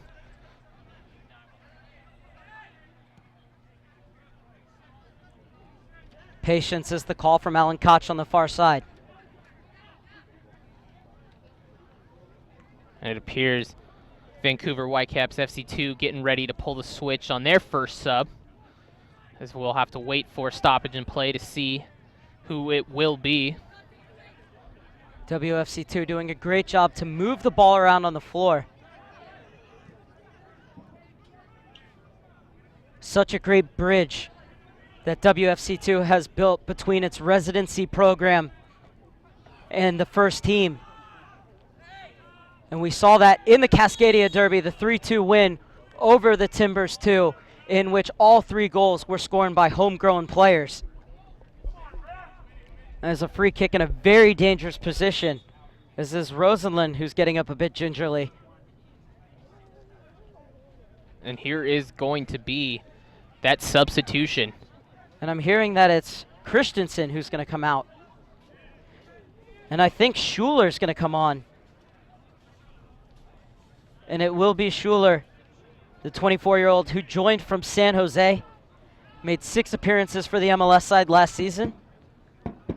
Schuler out of North Carolina, played his college ball there, the Tar Heels. And he'll look to put an instant impact on the game right now.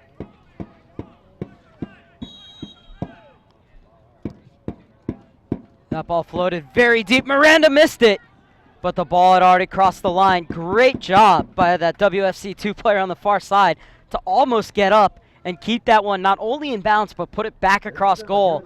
Unlucky in the end. Substitution by WFC2. Well, Schuler, before going to San Jose, spent 2 seasons in the Swedish Premiership with Hammarby. Christensen. Going into the game is number 51, Billy Schuler. Schuler has 2 goals to his name on the season already. Farmer winning that one over Walker, but heading it the wrong way, as the Blues will be able to inch up the far touchline via the throw-in. Nike is a proud partner of the USL. Follow at Nike Soccer on Twitter for all the latest Nike Soccer information. Good hold-up play from Walker. More blue jerseys joining the party. Floated to the back post. Over the head of Mirshad Momeni. Just a goal kick for Richie, despite giving up 3 goals, as you said at halftime, has been sensational. That one save on the header from Ramirez from point-blank range, perhaps a reaction save, but still sublime.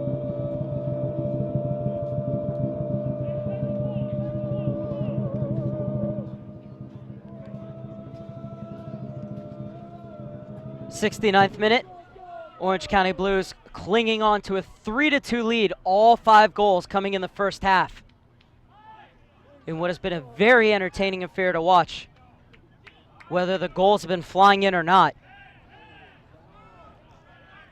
As Victor Rivas has really let these players play tonight. Has yet to brandish any cards too, Rivas.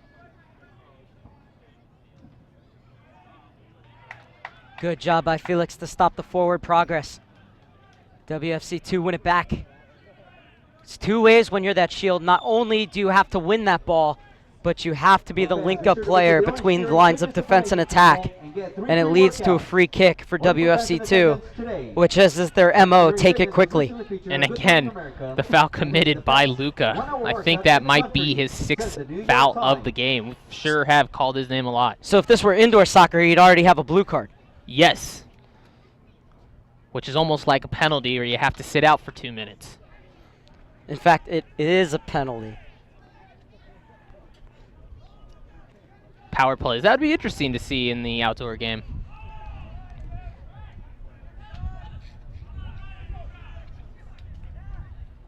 It has really cooled down at Anteater Stadium, but the temperature heating up on the field. 70th minute, WFC2 prodding and poking, looking for the equalizer. The Orange County Blues trying to break a 5-game winless streak, 6 games if you count the U.S. Open Cup. And they're on their way here. It looked well on their way after taking a 2-0 lead with goals in the 6th and 9th minute from Kitan and Ramirez, answering back with 2 goals in 3 minutes of their own just after the half-hour mark were Clark and Levi, but then Kitan slotted home the first penalty kick awarded to the Blues of the season in the 42nd minute. And that's been all the scoring so far. Kitan at the brace. But you still feel, Brad, that there are goals in this one. The way that WFC2 has kind of ramped up their attack and keeping the possession, they have done what I have talked about in the first half. They have spread out and opened up the field, which is creating those through ball runs and these opportunities. And eventually, they're going to be able to put a decent shot on goal, and it's going to be up to Miranda to stay tight and not give up a tough rebound that could hurt the OC Blues back line. You can see the Blues just a bit more allowing WFC2 to play the ball around the back until they get into a certain part of the field as well. As this one comes out to Sampson on the far side. Lovely night for these fans. Nervous moments, though, for the Orange County Blues supporters. Momeni looking for Walker, didn't get there in time. Levi looking to combine inside once again, but couldn't get the return ball. And now with Walker coming all the way back, there's no one to chase up top.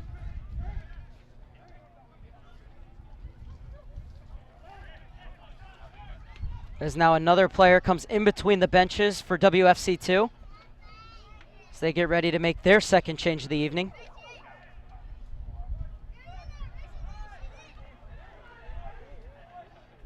A lot of chasing going on right now by the Blues. Doing well to keep bodies in front of the ball, Orange County. Making it hard for WFC2 to pierce the armor they thought they had on that occasion, but the offside flag goes up once again. A little bit of ping pong right there. Fortunate for the OC Blues defense that it was offsides, as a potentially dangerous ball could have come in from Schuler right there. Mark Serber alongside Brad Paul in the 73rd minute, as Victor Rivas is going to allow this substitution to occur, and it's going to be Levi to come off. And I don't know if I agree with that. Unless he's gassed, he has been very dangerous, especially when receiving that ball with his cleats on the chalk and cutting inside. However, Alan Koch knows a little bit more about this game than I do. And he's going to bring in Victor Blasco, man that played for Vancouver Island Mariners at the college ranks. He's a forward, so maybe a little bit more firepower as Levi tends to play more midfield.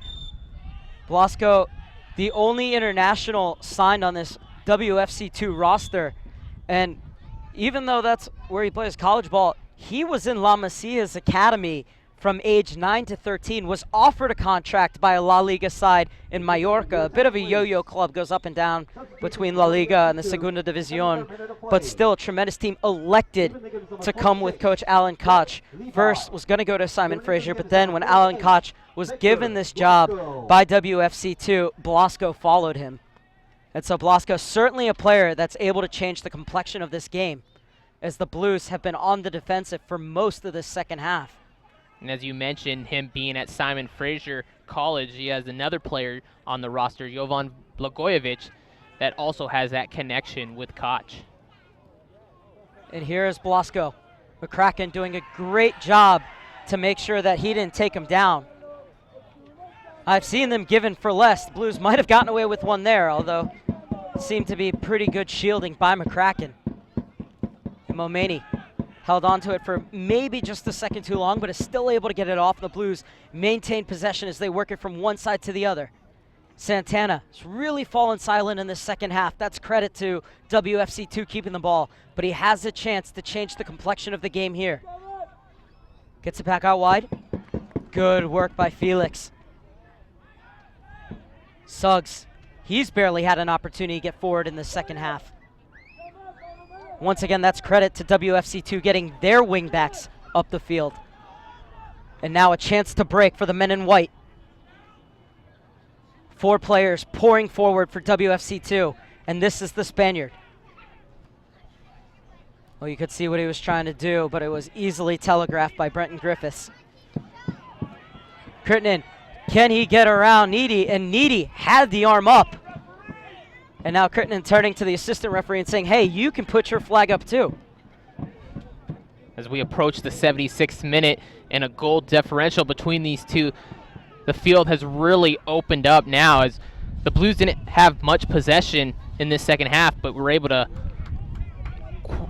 come up with an opportunity there. So it'll be interesting to see if Wies pulls the plug on a defensive substitution late, probably around the 85th minute. Want to give a warm welcome to the Southsiders watching up in Vancouver. Their WFC2 side will be back in action for 2 Cascadia derbies at Thunderbird Stadium. First against the Seattle Sounders 2 on July 4th, and then July 10th, it's a rematch with Timbers FC 2.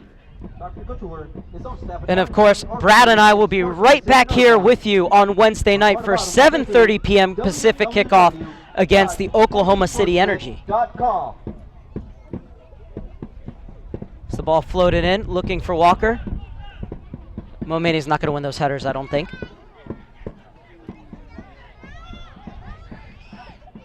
WFC2 charging forward once again.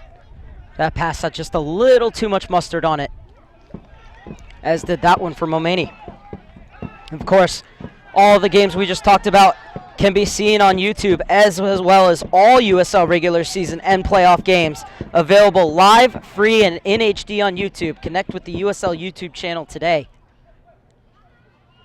It's WFC2 really finding those pockets and able to create those short passes to keep possession, and the Blues just seem complacent, just letting them pass the ball around just as long as they're not near their 18. That's a dangerous game to play, but the Blues seem content right now to sit back and hold their legs. As you said, what's coming into a very busy July, starting with the game on July 1st. Wow, Victor Rivas, I think the person he's been hardest on tonight was the little ball boy. Always a tough job, always. He gave him a sterner talking to than he did Ian Christensen. They're going to have to cut his pay from 2 candy bars to 1 now.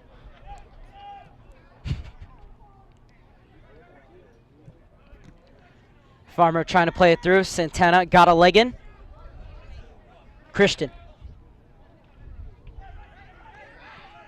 Needy setting things down.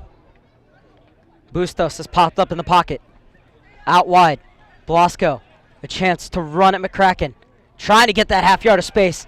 And McCracken got a foot in, but at the expense of a corner kick. Third of this half and third of the game for WFC2. Looked like that might have gone off Blasco's foot there as McCracken with that great sliding save. Unfortunately, third of this second half. And now Victor Rivas will come in. Not happy with the handbags going in on the box. Corner kick in the 79th minute. And it's a good ball, but it's only Blues players flying in the air to get it clear.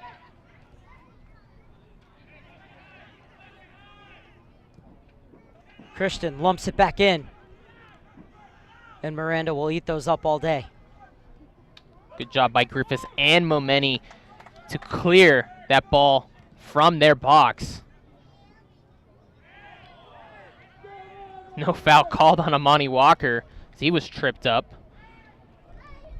And Santana winning the foul on the far side. He's been dynamite tonight, Chino Santana. 22-year-old who was offered a contract by Chivas USA at 18, turned it down so that he could play his college ball right here at UC Irvine. There's another substitution being made by WFC2. And you can see Oliver Weiss in the background directing his charges. Ladies and gentlemen, your attention please. It's the County Line Coalition in full voice. WFC2 in the 80th minute of play. Leaving the game is number 32, Marco Bustos. Coming into the game is number 47, Jovan Blagojevic. Blagojevic is in for Bustos, and that's not a surprise because Bustos still coming back from injury. A very, very special player, Bustos. As he gets back into form and more minutes under his feet, we'll really see a change in this midfield for WFC2. Frustration up top as that ball goes all the way through to Miranda. Takes his time for picking it up as we are inside the final 10 minutes of regulation. And the Blues holding on by a thread to that 3-2 lead. All 5 goals scored in the first half. And the man who has his name up in lights more than anyone is Didier Crittenden, the Blues captain, with 2 of the 3 goals for the home side this evening.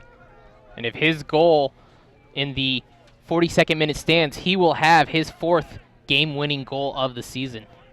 Oh, McCracken needs support here. Blasco just looking for that half yard of space. And the Blues at the moment doing just enough, but they need to get some possession. As that effort had Miranda scurrying across his goal just to make sure. And that was Blagojevic's first touch. A shot from distance. And almost a good one is, if he had that on goal, he had Miranda scrambling. The Orange County Blues would like to take a moment to thank our presenting sponsor, Sports One Marketing. Sports One Marketing is a sports and entertainment marketing firm that maximizes the value of its clients by cultivating unique and lucrative business opportunities for corporate brands, elite and legendary athletes and coaches, and our strategic partners. And the Blues, very strategic defending here to win another goal kick for Pepe Miranda. Looking for their first win in 7 games, their first win since May 13th, the Orange County Blues. And they've looked good here tonight, except for that little 3-minute spell. And that's one thing that's kind of been the Blues' Achilles heel this season, is that we've seen games where they've given up 2 goals in very quick succession. The 4th and 5th goals against Switchbacks FC occurred in 1 minute and 52 seconds. And the 2 goals here tonight that WFC2 scored occurred in less than 3 minutes. In the first half, we talked about the OC Blues and how strong their offensive attack was. But here, we're just kind of stating how they're able to hold up here and not let any more goals in after conceding those in 3 minutes, as we were calling Suggs' name a lot, and Santana. And unfortunately, Cortez had to go out, which looked to be a knee injury. So right now it's just hold on here and get out with those 3 points. And no foul, says the referee. Instead, it's going to be thrown for WFC2. Christian.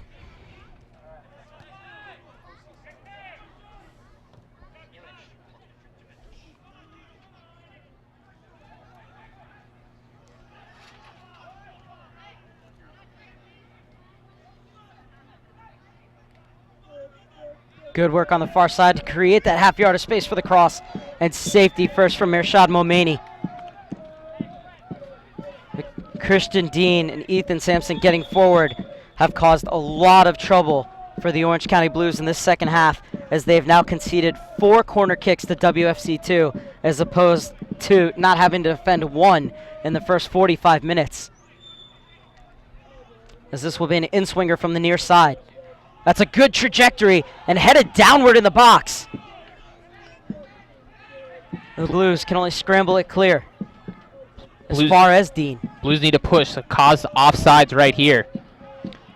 They stay deep, and that allows WFC2 to get the ball in deep. Bodies falling to the floor all over the place, and it'll just be a throw-in on the far side for the Blues, but there's a player cramping around the penalty spot, and it's Luca who's cramping. And you can see Walker stretching him out. And we're also going to have a substitution as well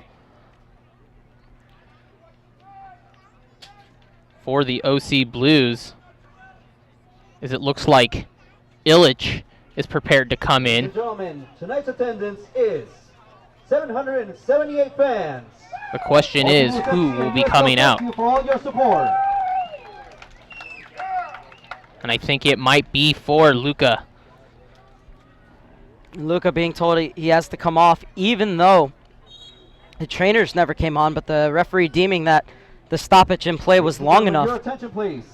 Substitution by OC Blues FC in the 81st minute of play. Coming out against number 10. Well, Luca's number is up. Coming out against number 17, Nikola Illich. And Illich will replace Luca. So Illich on to see if he can tighten the hatches and close up this game. Will 3 goals be enough for all 3 points for the Orange County Blues, as they're looking to do the double over WFC2? In the second of 3 games that these 2 teams will play this season, they will meet again on September 13th up in Vancouver at Thunderbird Stadium in the penultimate game of the season for the Blues.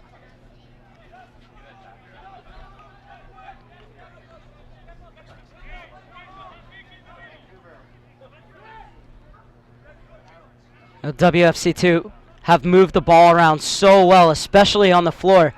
You can really see the principles from their first team being put into play here, Brad, as they win it back in midfield. However, errant ball falls to Momeni. Slots it through for Walker. Can he do what he did in the first game and close it out? Flashed it wide of the far post. That would have been the icing on the cake, but Walker just unable to pick out the inside of that far post. Not bad power behind that one as Walker tries to go across the face of the goal and across Richie. But the Blues, using 4 of their 5 subs, might use 1 more just to kind of slow the pace of this game up as we get closer to that ever close 90th minute mark. And Sandu has entered the game now for WFC2. Sandu, another member of the residency program. Camped out at the top of the box as Blasco sends this one in. Bypasses everyone. And will skip out of bounds for a throw-in for the Blues in the 87th minute. Sandu, a member of Douglas College, the Royals. Coming into the game is number 50, Sahil Sandu. And so Sandu has come in for the captain, Rosenlund.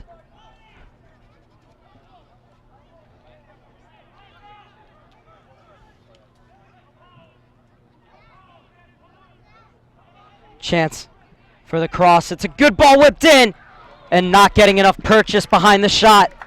Otherwise, Miranda would have been in real trouble. But he gratefully gobbles that one up. 2.5 minutes left in regulation. And WFC2 is getting closer and closer. And with all the substitutions, the injury to Cortez, the injury to Luca, you have to say at least 4 minutes of stoppage time, Brad. I do, but on that last one, Schuler really missed his opportunity to come up with his third goal of the game, getting nothing behind that volley. So Miranda was able to take that easy, but that really could have changed the complex of this game.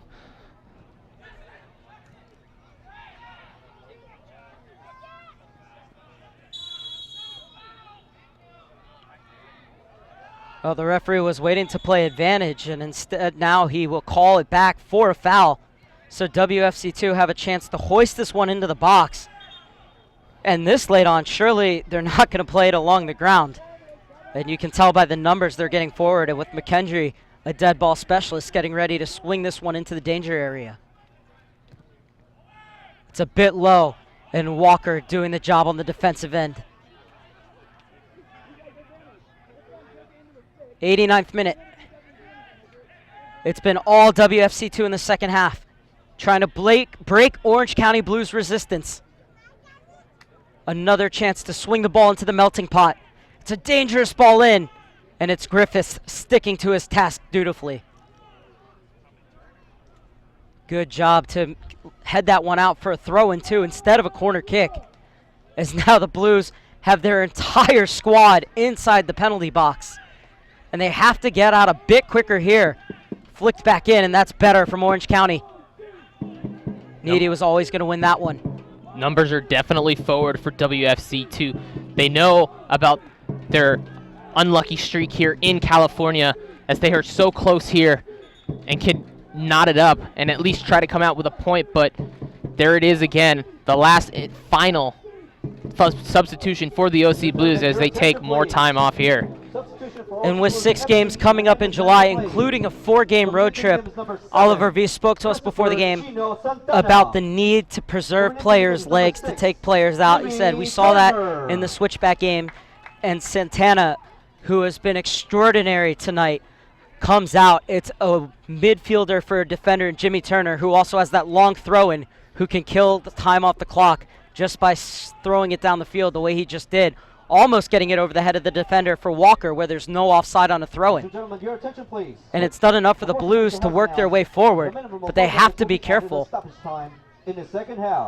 as we are into stoppage time. And there's one player arriving in the blocks for the Blues, but it's better to just keep that ball in the corner.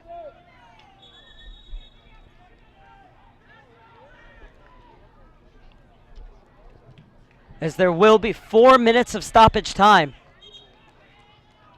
And the referee, once again, not happy with the position of the throw. So the Blues will have 4 more minutes to hang on. 47 seconds have elapsed. In what is only a minimum. If there's any more stoppage, the ref can add more time onto the clock. So that ball looking for Clark, and have to say for all the possession, we'll get back to that in a second, as here's a real chance. Sandu's in! And Griffiths is over with a huge play. Tremendous job in getting across from Brenton Griffiths. Is this going to be the 5th corner here in the second half for Whitecaps FC2? That ball driven in and off the head of a WFC2 player and out for a goal kick, so more time will bleed off this clock for the OC Blues. And I was going to say, as good as WFC2's possession has been tonight, the Blues have done a tremendous job marking Clark in this second half. Of course, as he showed in the first half, that can all change with one run. That's how dangerous Caleb Clark is. Caleb Clark, the offensive leader for this WFC2 squad. And Amani Walker came in for Cortez, but we've seen him now drop back more into the midfield as Crittenden is going to be that lone attacker up top. Anything to do to get big bodies and defensive players behind the ball, as we're just about 2 minutes away from Victor Rivas' final whistle.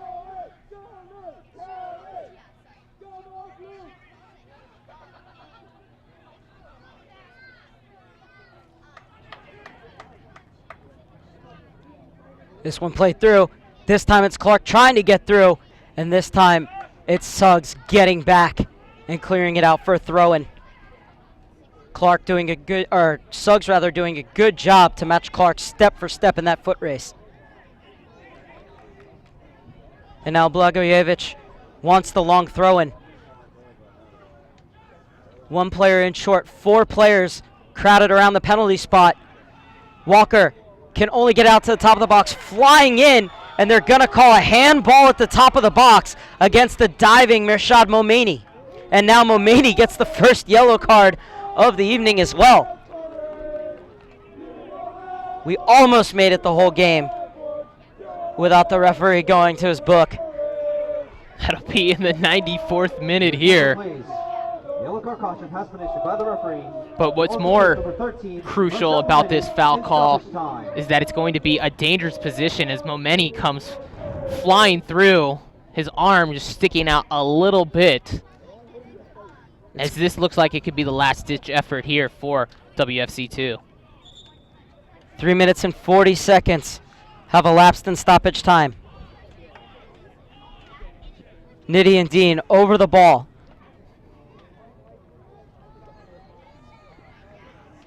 These aren't really your free kick specialists.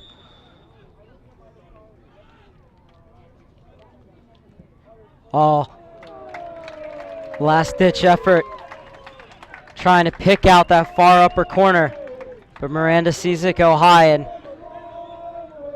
the referee telling Miranda to hurry up. This could very well be the last action of the game. He had good pace on that one, but just couldn't get it up and down over that wall.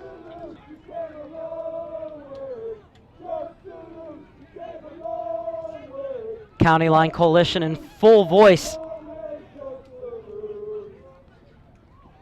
as the Blues will work the ball into the corner.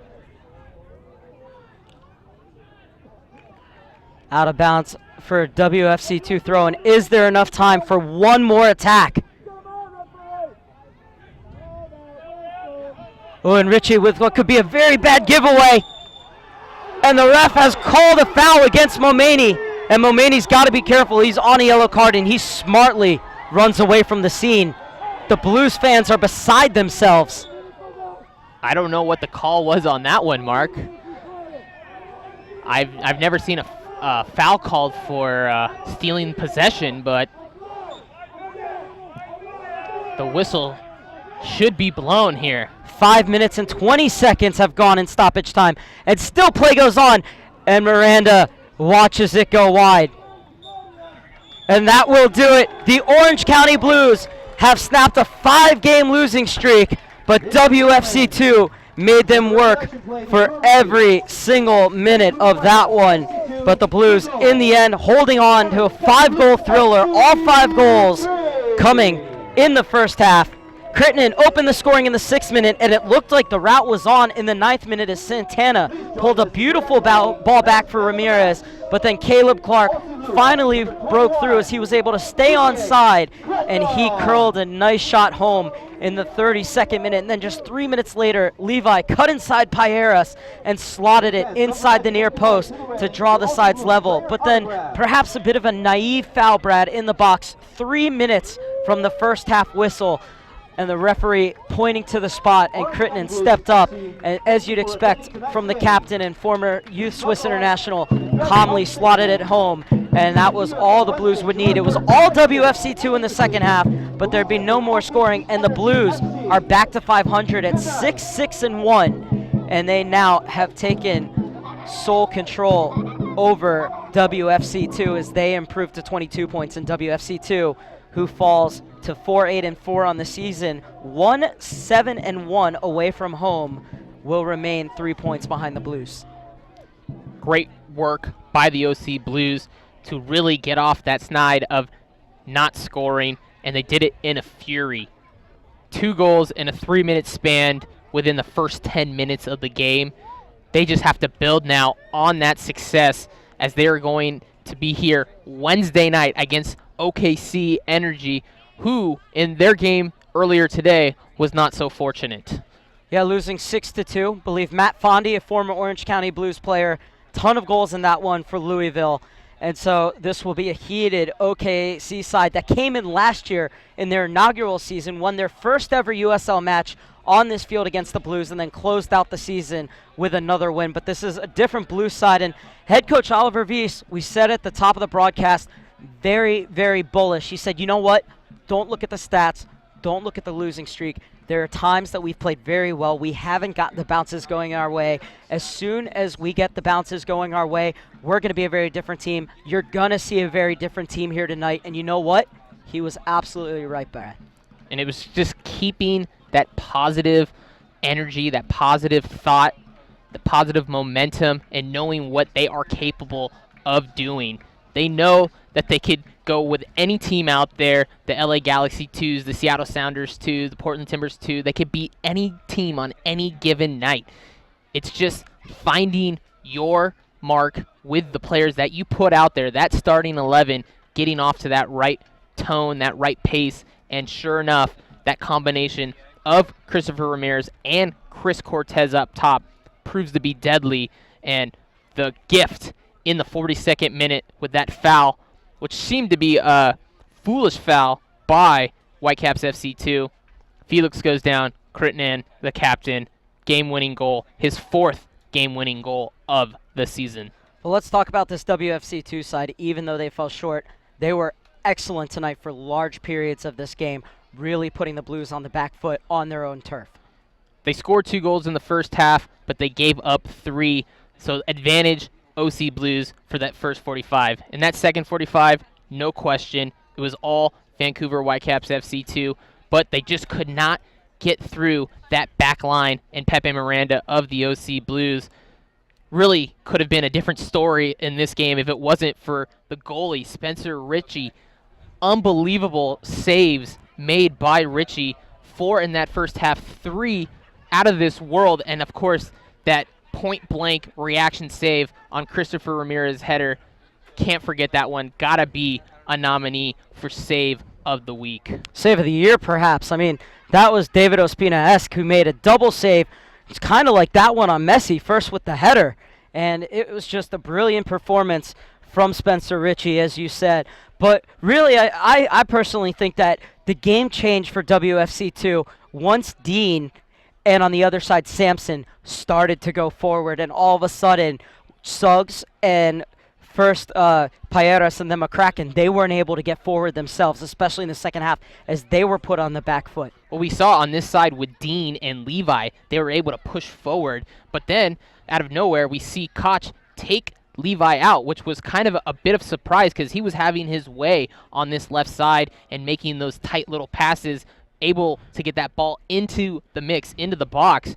So fortunately for the OC Blues and McCracken there in the second half, they were able to keep them at bay and off the score sheet. But Kitan should have had that hat trick. Unfortunately, it went off the post. Ritchie will say, I had my wall set up perfectly. I knew what I was doing, but that was really tough luck right there, and that could have eased the tension here. As you said, the Blues had to go all 95 minutes to keep this one and get the 3 points. Well, the Blues had gone 216 minutes without scoring, needed just 6 minutes to break their duck, and they did it in real style on Crittenden's goal to open up the game, and then really a way to break out of a slump, score 3 goals in one half, and you know that you're out of a bad spell. It's keeping the goals in the back of the net, but also keeping your opponent out. 3 goals in the first half, give up 2 goals. That will change as they get this momentum of this scoreless drought out of their system as they go to look to take that into Wednesday night's matchup right here at Anteater Stadium. And WFC2 really weaved some pretty patterns, great combination play in tight spaces. But my question, Brad, is it's kind of like what we say sometimes, the Arsenal or the Ajax effect, where there are times when they should have been more direct. As we'll get back to that in a second, but we believe Justin Maestas is downfield level with a Blues player. So we're going to go downstairs, then we'll come back up and continue this conversation. We're here with Chino Santana, starting left winger here for the OC Blues. Chino, you guys scored 3 goals in the previous 6 games, but you scored 3 here tonight. What adjustments were made, and how did it feel any different? I mean, we went back to practice, went back to our old ways, kept the possession of the ball. We were kicking the ball long a lot in these previous games. We went back to our game, and it obviously worked tonight. Ramirez came back in the starting lineup. How does it feel to have your leading goal scorer back out and starting? Feels good. I mean, we need him. He's a dynamic player. He can hold off the ball. He's good off the back of the defenders. Just the guy you like to have out there on your team, and we're glad we have him back. You guys have 8 games in 31 days. How does that change your guys' weekly setup when you have so many games coming up? A lot of the sessions is recovery, and the sessions like tomorrow or on Monday, we're just stretching and just trying to get our bodies back as soon as possible. And it worked this week. We kind of took it a little slower, and it obviously worked tonight. Well, you guys have a game on Wednesday, so good luck on that. Thank you. Thanks. Back to you guys. Thanks, Gino. Well, the Blues got back to their passing game, but one thing they've been able to do is mix up when to hold the ball and keep possession and when to be direct. Talked about kind of what's been known as like the Arsenal or the Ajax effect, where there are times where WFC2 should have gone for the kill, and yet they tried to be a bit too over-elaborate, in your opinion. They were finding the right holes, but sometimes they just got a little bit ahead of themselves, and they got a little excited, and the mindset and the right idea was there. They just could not execute, and that has to be all the credit to the OC Blues defense. Whitecaps FC, too, they did everything that was asked of them by their head coach, Alan Koch, but let's just take a moment to say that Chris Santana played about 80-plus minutes, and his hair looks still so perfect at the end of the game. I'm amazed by that one. Oh, you can do it all. One of the players of the game for sure. So we believe Justin Maestas has one more. And we're just going to wait for that, but WFC2 came in, fought back. Wonderful job by them, but the Blues able to hold on. And here is Justin Maestas with yet another Blues player. Oh, we're on, I guess. Justin Maestas is here with Brenton Griffith, starting center back for the OC Blues. You guys gave up 5 goals last game. I don't mean to bring it up, but you guys got the 3 points here today. How do you guys adjust over the week and keep goals off the scoreboard? I mean, first of all, we left that game in the past, and we decided that we're going to come back and practice, go back to what we knew, and everybody came out and put everything they had in it. It was a tough one tonight, but we grinded out and we got the 3 points, and it feels really good to be back to winning ways. Marco Bastos was Team of the Week last week. You guys kept him real quiet here tonight. What was the key to keeping that front line from doing well? I mean, again, really what we focused on practice was focusing on ourselves. As long as we focused on ourselves and made sure we did what we needed to do, we had to just let everybody else worry about us. We weren't really worried about them. We had to just stay to what we know and do our job. And again, we did it, and we got 3 points. You guys were heralded as one of the better defenses in all of USL. Now, when you guys have a bunch of games coming up here next month, how does that change your guys' pre-weekly workout? I mean, it doesn't really change much. As long as every person stays healthy and everybody just give their all and do the recovery job after practice, then I think we'd be good. Well, I think you guys will do real well on Wednesday. Good luck on that. Thanks, boss. Back to you guys. Oh, we didn't say it enough, but Brenton Griffiths with some real crucial interventions, especially at the end of the game on that last opportunity for WFC2 getting in and making that play. Final thoughts on the game, Brad Paul, as the Orange County Blues finally back in the win column. Once you have found that success needed here to quell that winless drought and that scoreless drought, you just have to build off of this one, and you can't look past the next game at hand. You have to look to this Wednesday. Don't think about the following games after or the long road trips you're going to have. It's really one game at a time, because this is the crucial part of the season where you have to hunker down, and this is where you separate yourselves from being a playoff team or not. Well, the Blues have climbed closer and closer to getting above that red line tonight that separates those playoff teams from the non-playoff teams. Still on the wrong side looking up, but they're back in the hunt, and they will be right back out on the pitch, and we will be right back with you on Wednesday night for 7:30 p.m. Pacific kickoff time against the Oklahoma City Energy in another game where the Blues must take all 3 points. I know the Blues haven't reached the halfway point of their season yet. This game against Oklahoma City will be the halfway point of their season, but these are the kind of games you look back at the end of the season and say, if we only had won this game, then we wouldn't have had to really buckle it down. during the home stretch, or we wouldn't have had to fight for those points during the home stretch.